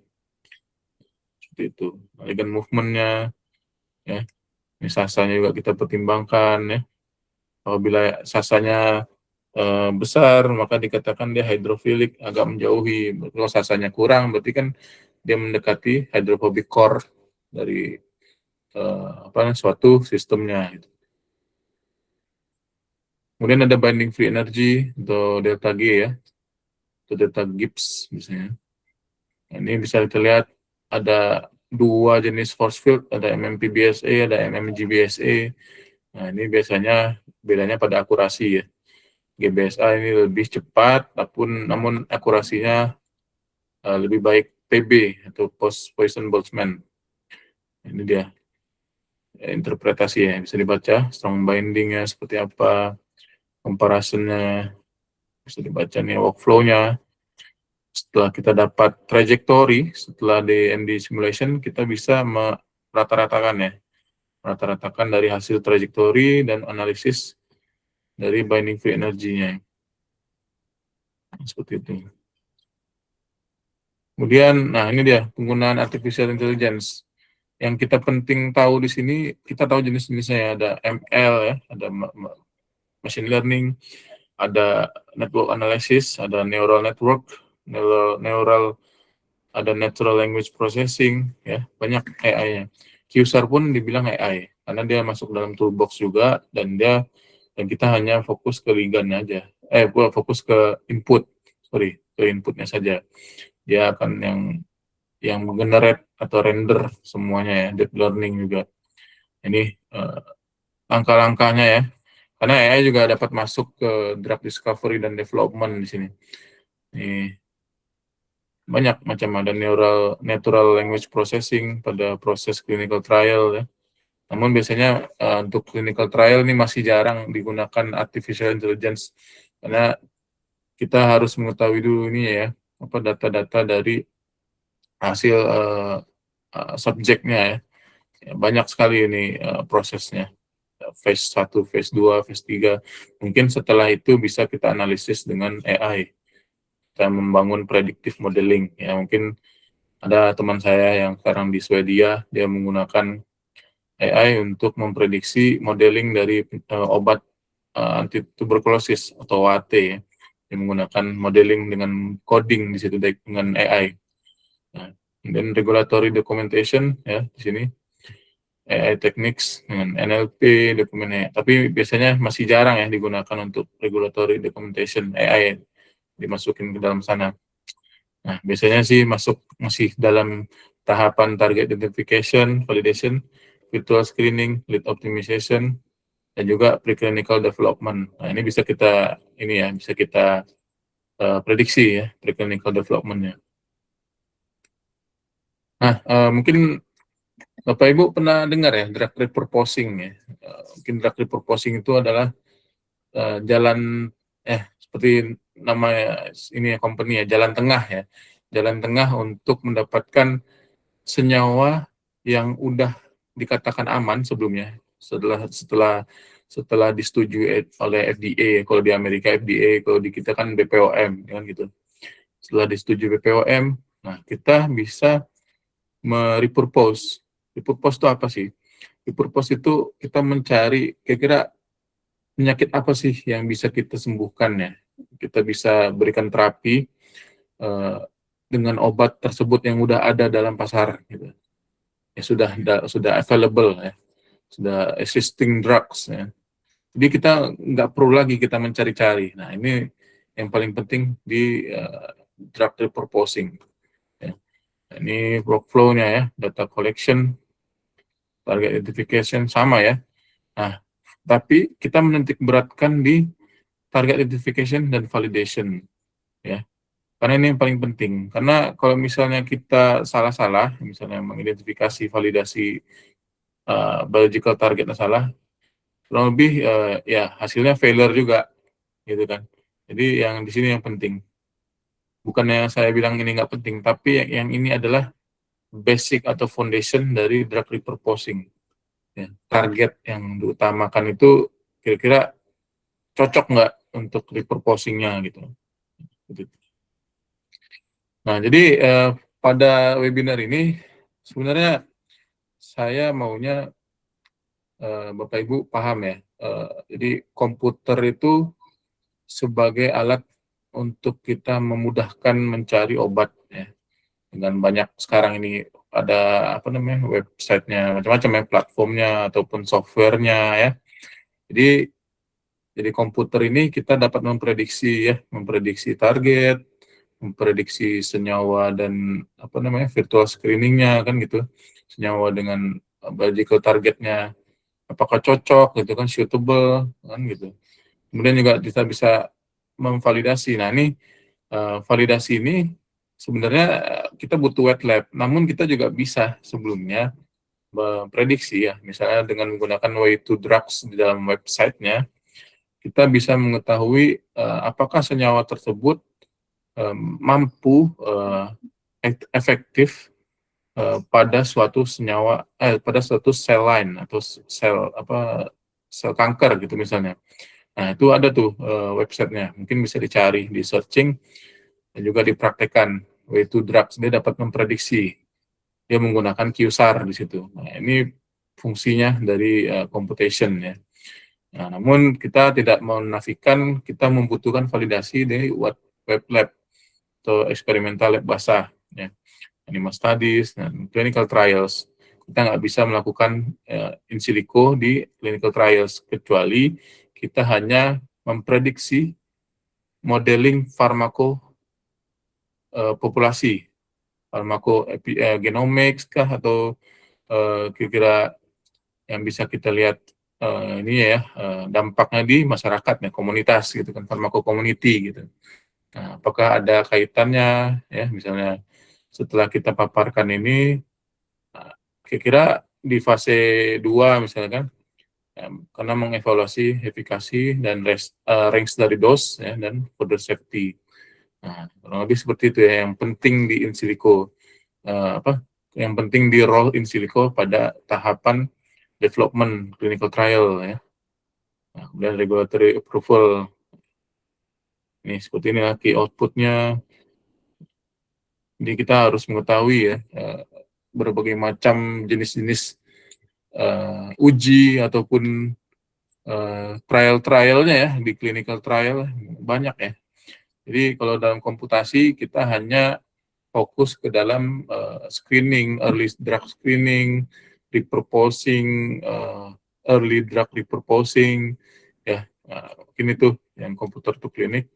Nah, ini ada case study, jadi pada penggunaan, ini udah ada nih obatnya ya, crizotinib dengan merek dagang Salcori, ada di Indonesia, ya, ini buatan dari Pfizer ya, mungkin tahu ya Bapak Ibu ya, Pfizer. Jadi Pfizer ini pada umumnya, pada dasarnya dia ini diawali oleh in silico juga penemuannya. Jadi targetnya yang diketahui awal-awalnya itu adalah ALK, anaplastic leukemia kinase gitu. Setahu saya namanya ya, kalau nggak salah, bisa di cross check. Nah, ALK.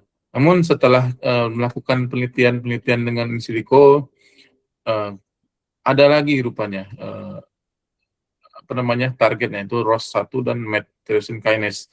Nah, rupanya ALK, ROS1 dan MET ini dia dapat berfusion ya. Ini adalah sebuah RTK ya, reseptor TK, bukan reseptor, TK atau tyrosine kinase.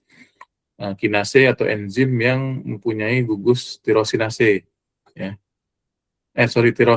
Tirosin. Ya, kemudian rupanya dia dapat berfusion atau bergabung antara ALK dengan ROS1 atau ALK dengan MET. Nah, itu penggunaan in silico sangat penting di situ untuk mempelajarinya ya. Untuk mendapatkan kira-kira apakah si crizotinib ini juga mampu nggak sih untuk diffusionnya ya. Bisa dilihat nanti di paper-paper mungkin. Nah, ini contohnya nih kan pada in vitro kan. Ini pada in vitronya, in vivo. Nah, kemudian di in siliconya kita bisa mengetahui dengan menggunakan SAR juga ya di sini. SBDD ya, in silico menggunakan ya banyak macam yang tadi sudah saya sampaikan, ada MMPBSA, MMGBSA. Ya, jadi kurang lebih seperti itu. Nah, ini juga nih di biomarker discovery ya. In silico genomics analysis. Jadi peneliti ya Colorois dia mengidentifikasi genomic dataset dari fusion ya, ALK ROS1 rearrangement. Jadi salah satu studi yang mampu mengubah, studi in silico yang mampu mengubah ini ya, kira-kira mengubah perspektif kalau ALK ini nggak sendirian gitu, nggak orphan niche molecule. Ya, sementara fokus kita kan yang Salcori ini dia pertamanya hanya untuk ALK sebagai inhibitor ALK, seperti itu contoh case tadinya. Nah, challenge dan future direction mungkin bagi saya karena keterbatasan teknologi yang masih sangat masih jauh ya, misalnya rotatable bonds dalam ligan misalnya contohnya ya, rotatable bonds pada ligan yang terlalu banyak di autodock itu tidak bisa di running ya, ligand flexibility-nya. Kemudian protein flexibility ya, mungkin protein yang terlalu banyak amino acid-nya misalnya itu sangat membutuhkan cost ya, cost sangat tinggi sekali karena runningnya pun banyak ya, runningnya lama. Kemudian akurasi, nah ini penting juga untuk mendevelop algoritma ya, docking akurasi, karena pada saat ini akurasi masih belum 100% ya. Nah, jangankan 100%, saya rasa masih banyak glitch di dalam docking, misalnya contohnya docking dan dynamic simulation ya. Kemarin saya coba melakukan dynamic simulation, hasilnya ketika saya render visualisasi 2 dimensi, itu berbeda antara docking chemical structure-nya dengan yang setelah dynamic DND, itu berbeda berbeda struktur kimianya. Nah, ada glitch di sana. Nah, itu akurasi, bukan hanya docking ya, hanya molecular dynamic juga masuk di sini. Kemudian data quality, nah ini standarisasi diperlukan, reliable data, dan high quality annotation ya. Ini explainable AI. Nah ini kita mungkin belum sampai ke sana di Indonesia khususnya, masih banyak yang belum paham tentang ML dan juga neural network, deep learning ya. Masih banyak yang harus kita pelajari di AI untuk penggunaan drug discovery dan development. Kemudian, nah di sini juga kita harus mengintegrasi ya. Masalahnya saat ini masih banyak gap-nya nih antara in silico dan in vitro ataupun in vivo di dalam outcome atau efikasinya misalnya. Nah, oleh karena itu perlu kita kita buat sinkronisasi antara in silico dan in vitro. Nah, oleh karena itu ya basic-basic yang seperti protein flexibility, docking accuracy, data quality, ini yang paling basic untuk menimbulkan mengurangi gap in silico dan in vivo.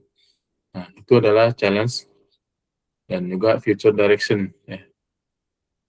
Nah, summary-nya untuk key takeaways untuk kenapa komputasi itu dapat merubah ya, mentransform anti-cancer drug discovery. Pertama, karena dia mempercepat penemuan obat, dan mengurangi cost ya tentunya, dan menyukseskan discovery requires integrating multiple discipline. Nah, karena nggak cuma satu disiplin seperti genomik saja, kita butuh juga ilmu kimia untuk menemukan struktur biologi di dalam proteinnya, struktur protein atau biomolekul. Itu ada cheminformatics dan farmakokinetik. Kemudian ada molecular simulation, ya. Ini perpaduan dengan teknologi tentu saja. Kemudian penggunaan AI sebagai mempercepat target identification. Nah, ini sangat diperlukan ya, masih banyak kurangnya, demand indispensable. Nah, oleh karena itu diperlukan riset lebih dalam, lebih lanjut mengenai ini ya. Karena kalau misalnya Bapak Ibu mau jadi developer tentang AI, ya itu harus ada basic dulu dalam teknologi informasi, tentu saja basicnya. Nah, any question? Ada pertanyaan? Baiklah, terima kasih kami sampaikan kepada Dr. Faisal atas materinya yang sangat informatif. Dan Bapak Ibu hadirin sekalian, di mana saat ini kita masuk pada sesi Q&A untuk 30 menit ke depan. Jadi Bapak Ibu bisa langsung drop pertanyaan pada room chat atau langsung raise hand ya Bapak Ibu ya, untuk langsung bertanya kepada narasumber. Saya buka dari sekarang, silakan.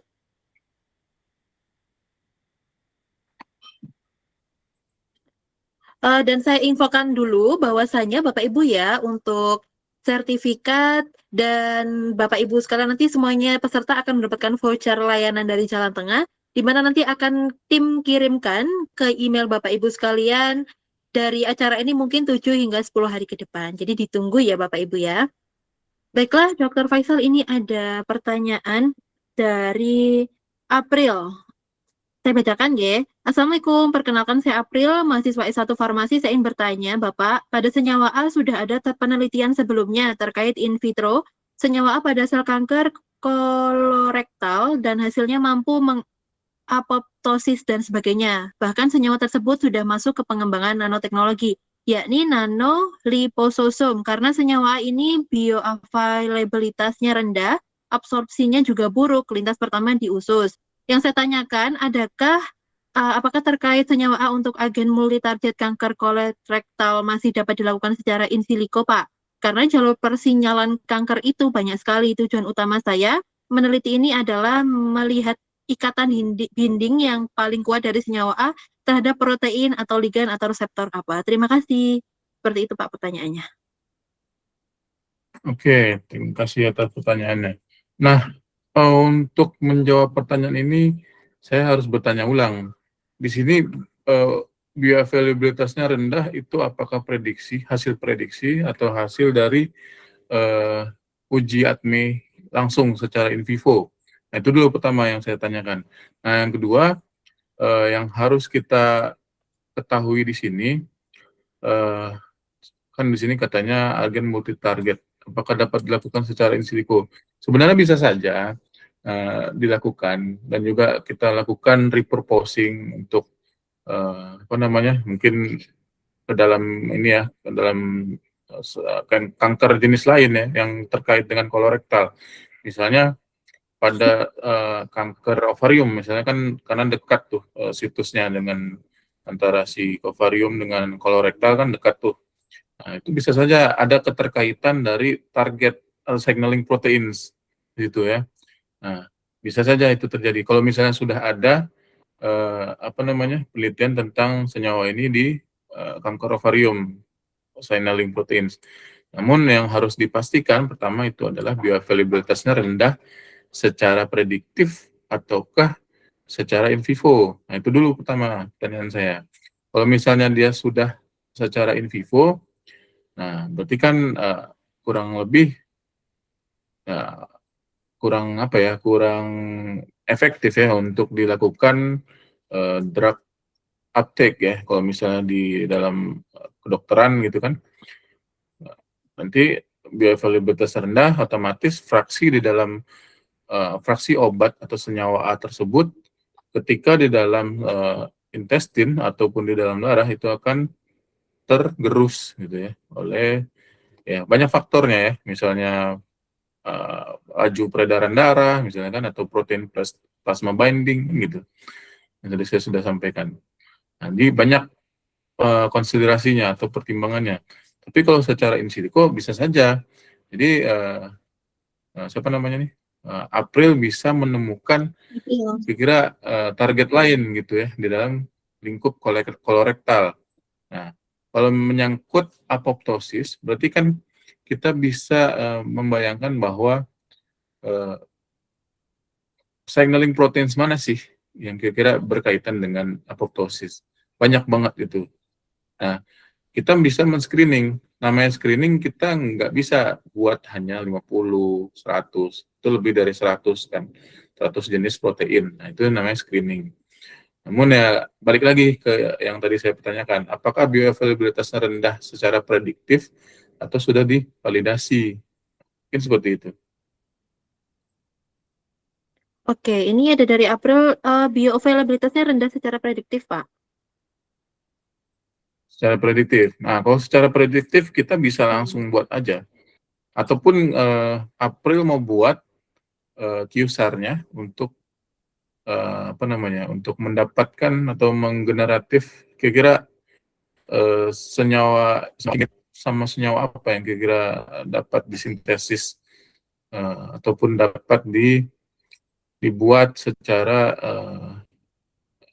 ini ya, secara real ya, maksudnya secara chemical synthesis. Itu bisa dilihat QSAR-nya. Harus buat analisis dari QSAR untuk mendapatkan kira-kira untuk untuk meningkatkan bioavailabilitasnya kita harus menggunakan QSAR. Ya, paham kan sampai sini? Jadi QSAR itu untuk memodifikasi ya, istilahnya kayak gitu, memodifikasi si senyawa A ini, kira bagaimana caranya dia bioavailabilitasnya tinggi. Nah, kalau masih mau fokus ke bioavailabilitas. Tapi kalau misalnya itu jadi pertimbangan terakhir, nah, ya nggak apa-apa, kita buat dulu in siliconya. Namun nanti akan jadi pertanyaan reviewer, kenapa bioavailabilitasnya rendah masih juga digunakan di dalam drug repurposing atau drug development kan gitu. Tapi ini secara prediktif ya. Jadi kita harus memvalidasinya lagi di apa namanya di dalam in vitro atau in silico in vivo sorry. Itulah April. Baik, terima kasih April atas pertanyaannya dan jawabannya ya, Bapak Faisal. Monggo, selanjutnya Bapak Ibu bisa raise hand untuk langsung bertanya, berdiskusi kepada narasumber kita. Silakan, masih banyak waktu Bapak Ibu.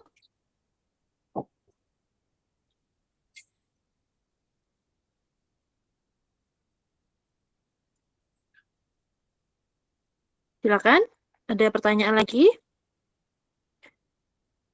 Apakah recordingnya dikirim? Iya, recordingnya nanti itu akan kami upload selalu pada YouTube Jalan Tengah ya Bapak Ibu ya.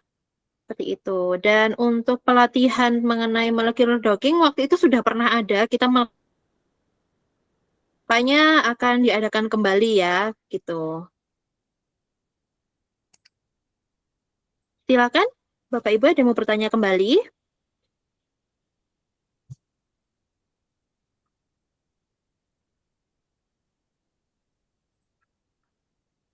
Silakan Bapak Ibu, sepertinya kok sudah paham semua ini ya.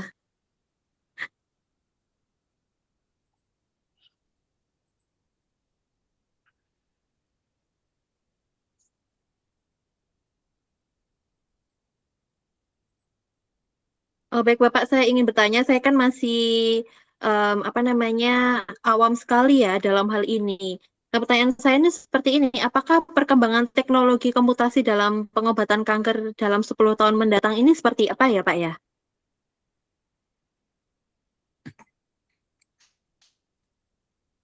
Perkembangan sebenarnya gini, perkembangan 10 tahun lagi kita prediksinya bakalan ada yang ini menurut saya secara sedikit ilmu saya akan ada yang namanya generatif AI.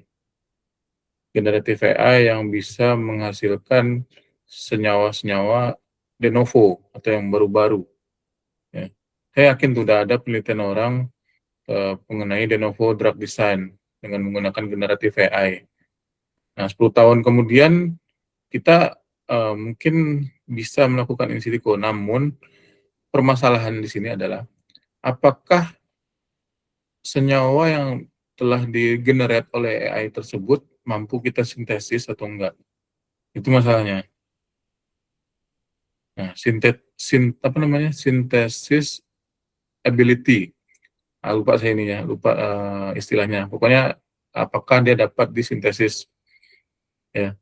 Yang kita tahu selama ini kan obat itu kan ya udah kayak paracetamol atau imatinib dan lain sebagainya yang dalam Oh, cancer gitu kan, kanker. Itu kan kita tahu bentuknya strukturnya kan begitu, ya kan? Nah, dalam penggunaan AI kita bisa nanti mendesain atau menggenerate sebuah senyawa yang belum ada sebelumnya. Namun kita masih perlu mempelajari apakah dia bisa disintesis. Nah, yang sekarang ini yang 2025 2026 yang saya lihat kita masih menggunakan sintesis dari bahan alam contohnya ya. Bahan alam sintesis misalnya dapat senyawa yang belum pernah diidentifikasi sebelumnya. Nah, paling sebatas itu ya. Nah, penggunaan AI mengilhami atau menginspirasi pada para peneliti untuk mendapatkan senyawa jenis baru dengan menggunakan generatif AI. Nah, itu menurut saya, Kak. oke, terima kasih. Dan ini ada yang raise hand kepada Saudara Volta Kelix Setiawan, bisa open mic? Izin bertanya apakah suara saya terdengar jelas? Terdengar. Oke, baik, terima kasih. Sebelumnya perkenalkan nama saya Polta Kelix Setiawan, Mas Faisal. Jadi di sini saya agak penasaran terkait eh, in silico ini. Tentunya pasti in silico ini berbasis pada komputasi yang tentunya menggunakan device. Nah, apakah device-nya itu betul-betul harus ada standar yang betul-betul eh, khusus atau tepat untuk menjalankan in silico ini. Dikarenakan kan tiap metode-metodenya itu kan pastinya beda-beda algoritmanya dan lain-lain. Nah, apakah dengan adanya bantuan device ini itu dapat mengoptimalkan workflow dari in silico ini, atau kita sebenarnya harus berfokus pada workflow yang udah ada kayak gitu? Atau yang keduanya itu ada korelasi yang betul-betul harus diperhatikan supaya hasilnya betul-betul valid seperti itu. Terima kasih Mas Faisal dan juga Mbak Lupa. Oke, mungkin maksud Terima Mas kasih. ini ya, Silakan Dokter Faisal. mungkin maksud Mas itu kayak spesifikasi dari ini ya, dari apa device-nya ya? Iya bukan? Iya, kurang lebih seperti itu ya. Dikarenakan kan mungkin banyak yang baru terjun atau apa, yang mungkin masih bingung. Dikarenakan kan juga workflow-nya itu banyak macamnya, dan tentunya pasti harus membutuhkan spesifikasi yang ya kita juga belum tahu Pak, seperti itu. Oke, kalau untuk lingkup molecular docking, saya rasa ya 8 giga itu RAM-nya ya, RAM-nya 8 giga itu sudah cukup ini ya, cukup apa ya, cukup memadai untuk dilakukan molecular docking. Namun untuk molecular dynamic simulation saya rasa itu berat nanti jadinya untuk molecular dynamic simulation. Tapi kalau untuk molecular docking saya rasa 8 giga itu udah oke. Karena saya juga pakai 8 giga nih di laptop saya. RAM-nya 8 giga, dia bisa running sekitar 5 ini ya, 5 apa namanya? 5 docking docking running docking gitu. Jadi ya kalau molecular docking masih bisa 8 giga. Tapi kalau molecular dynamic saya kira 8 giga lambat jadinya, nanti bisa satu running mungkin 1 minggu lebih.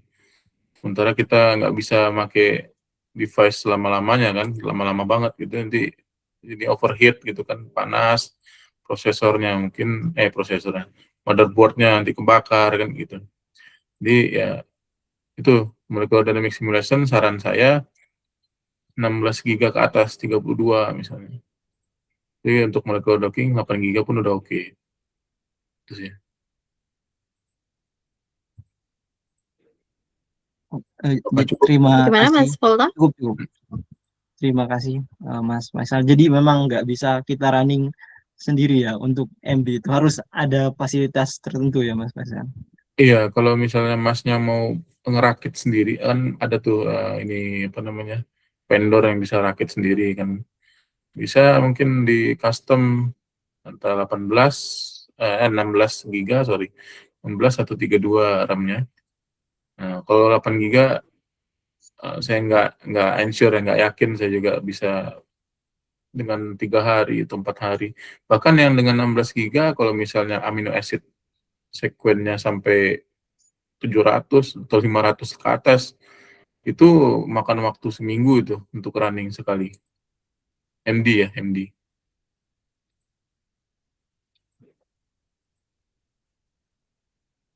Udah terjawab Mas Faisal. Baik, terima kasih. Jadi memang harus ada mungkin orang atau tempat tertentu yang mungkin bisa minta kita bantu, atau mungkin eh, kita bayar seperti itu ya Mas Ya, Faisal.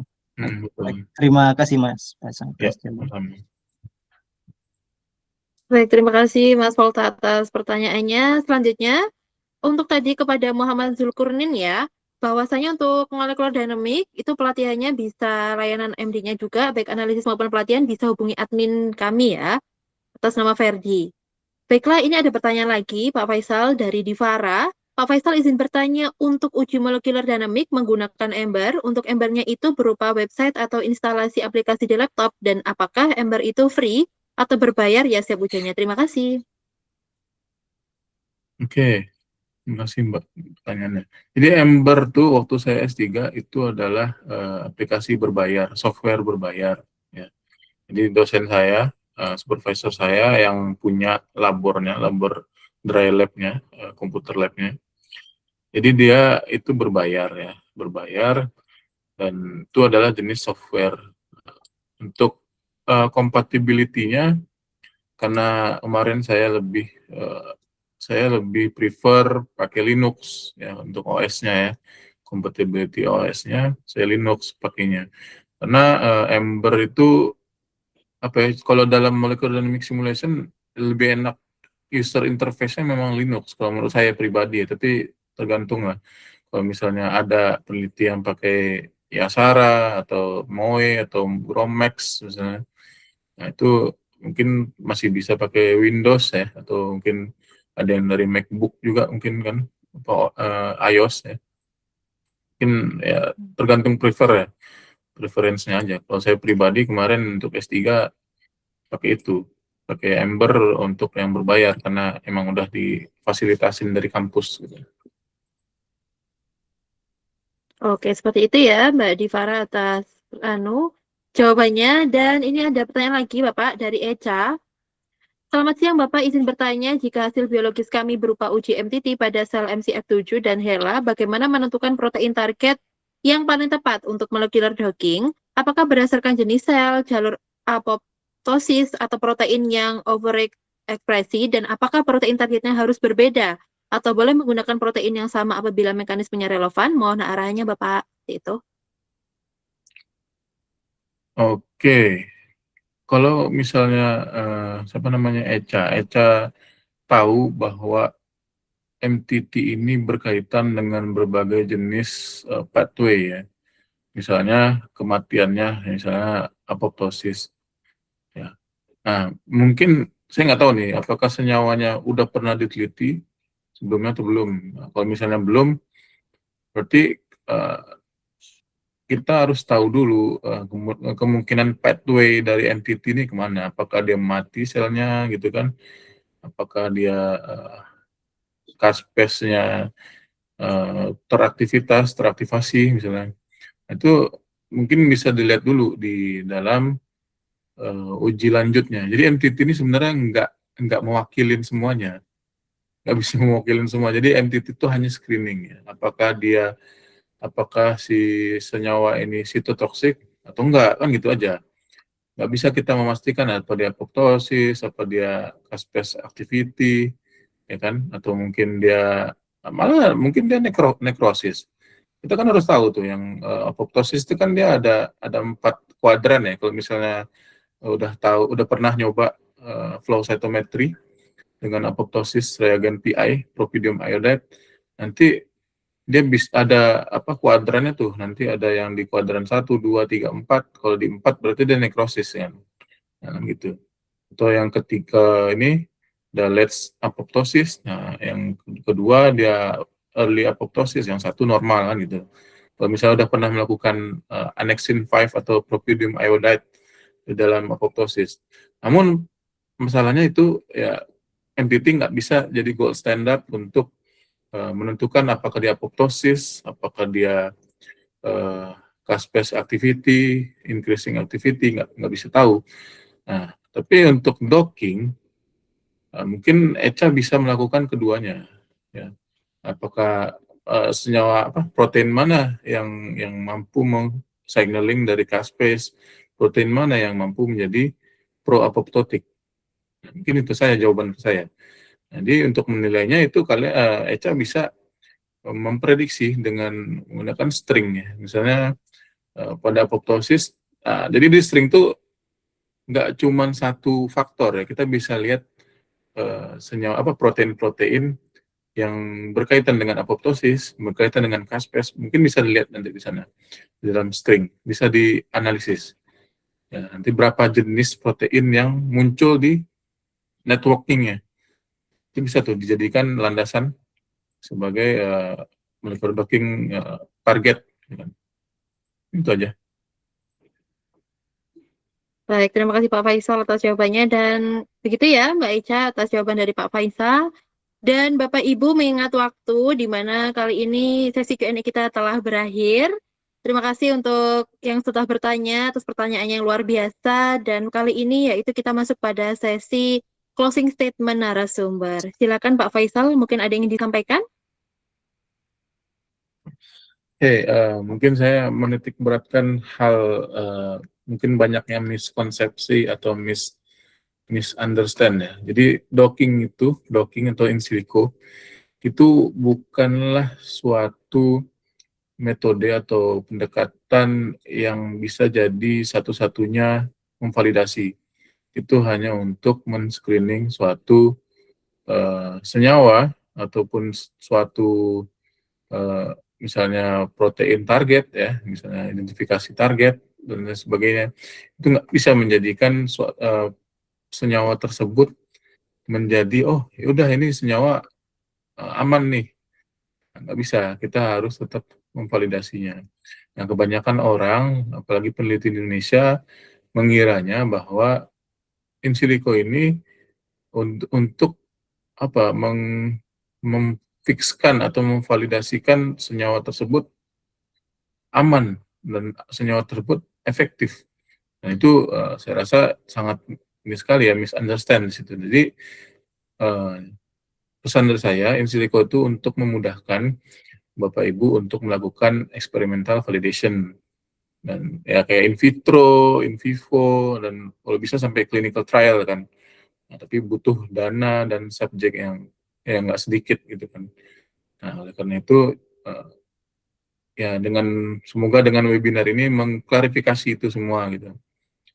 Mungkin begitu.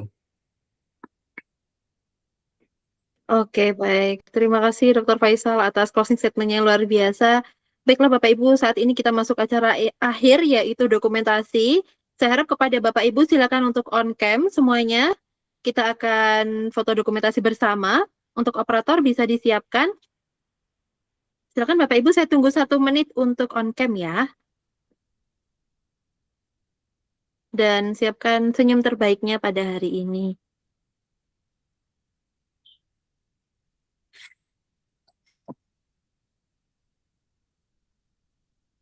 Silakan yang belum on cam.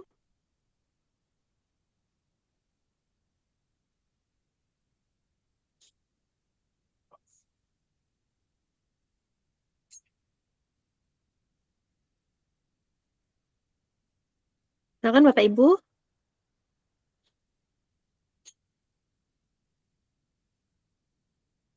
Oke, operator sudah siap ya. Oke, saya hitung 1, 2, 3.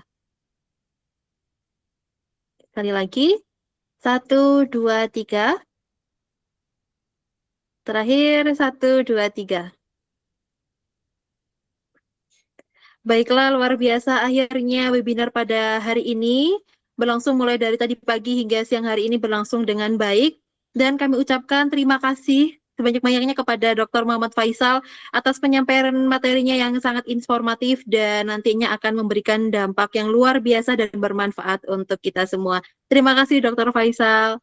Dan saya ucapkan juga terima kasih kepada para peserta yang sudah antusiasmenya luar biasa, mulai dari pagi hingga saat ini. Dan saya sebagai perwakilan dari panitia penyelenggara, mohon maaf jika terdapat banyak kesalahan pada sesi webinar kita hari ini.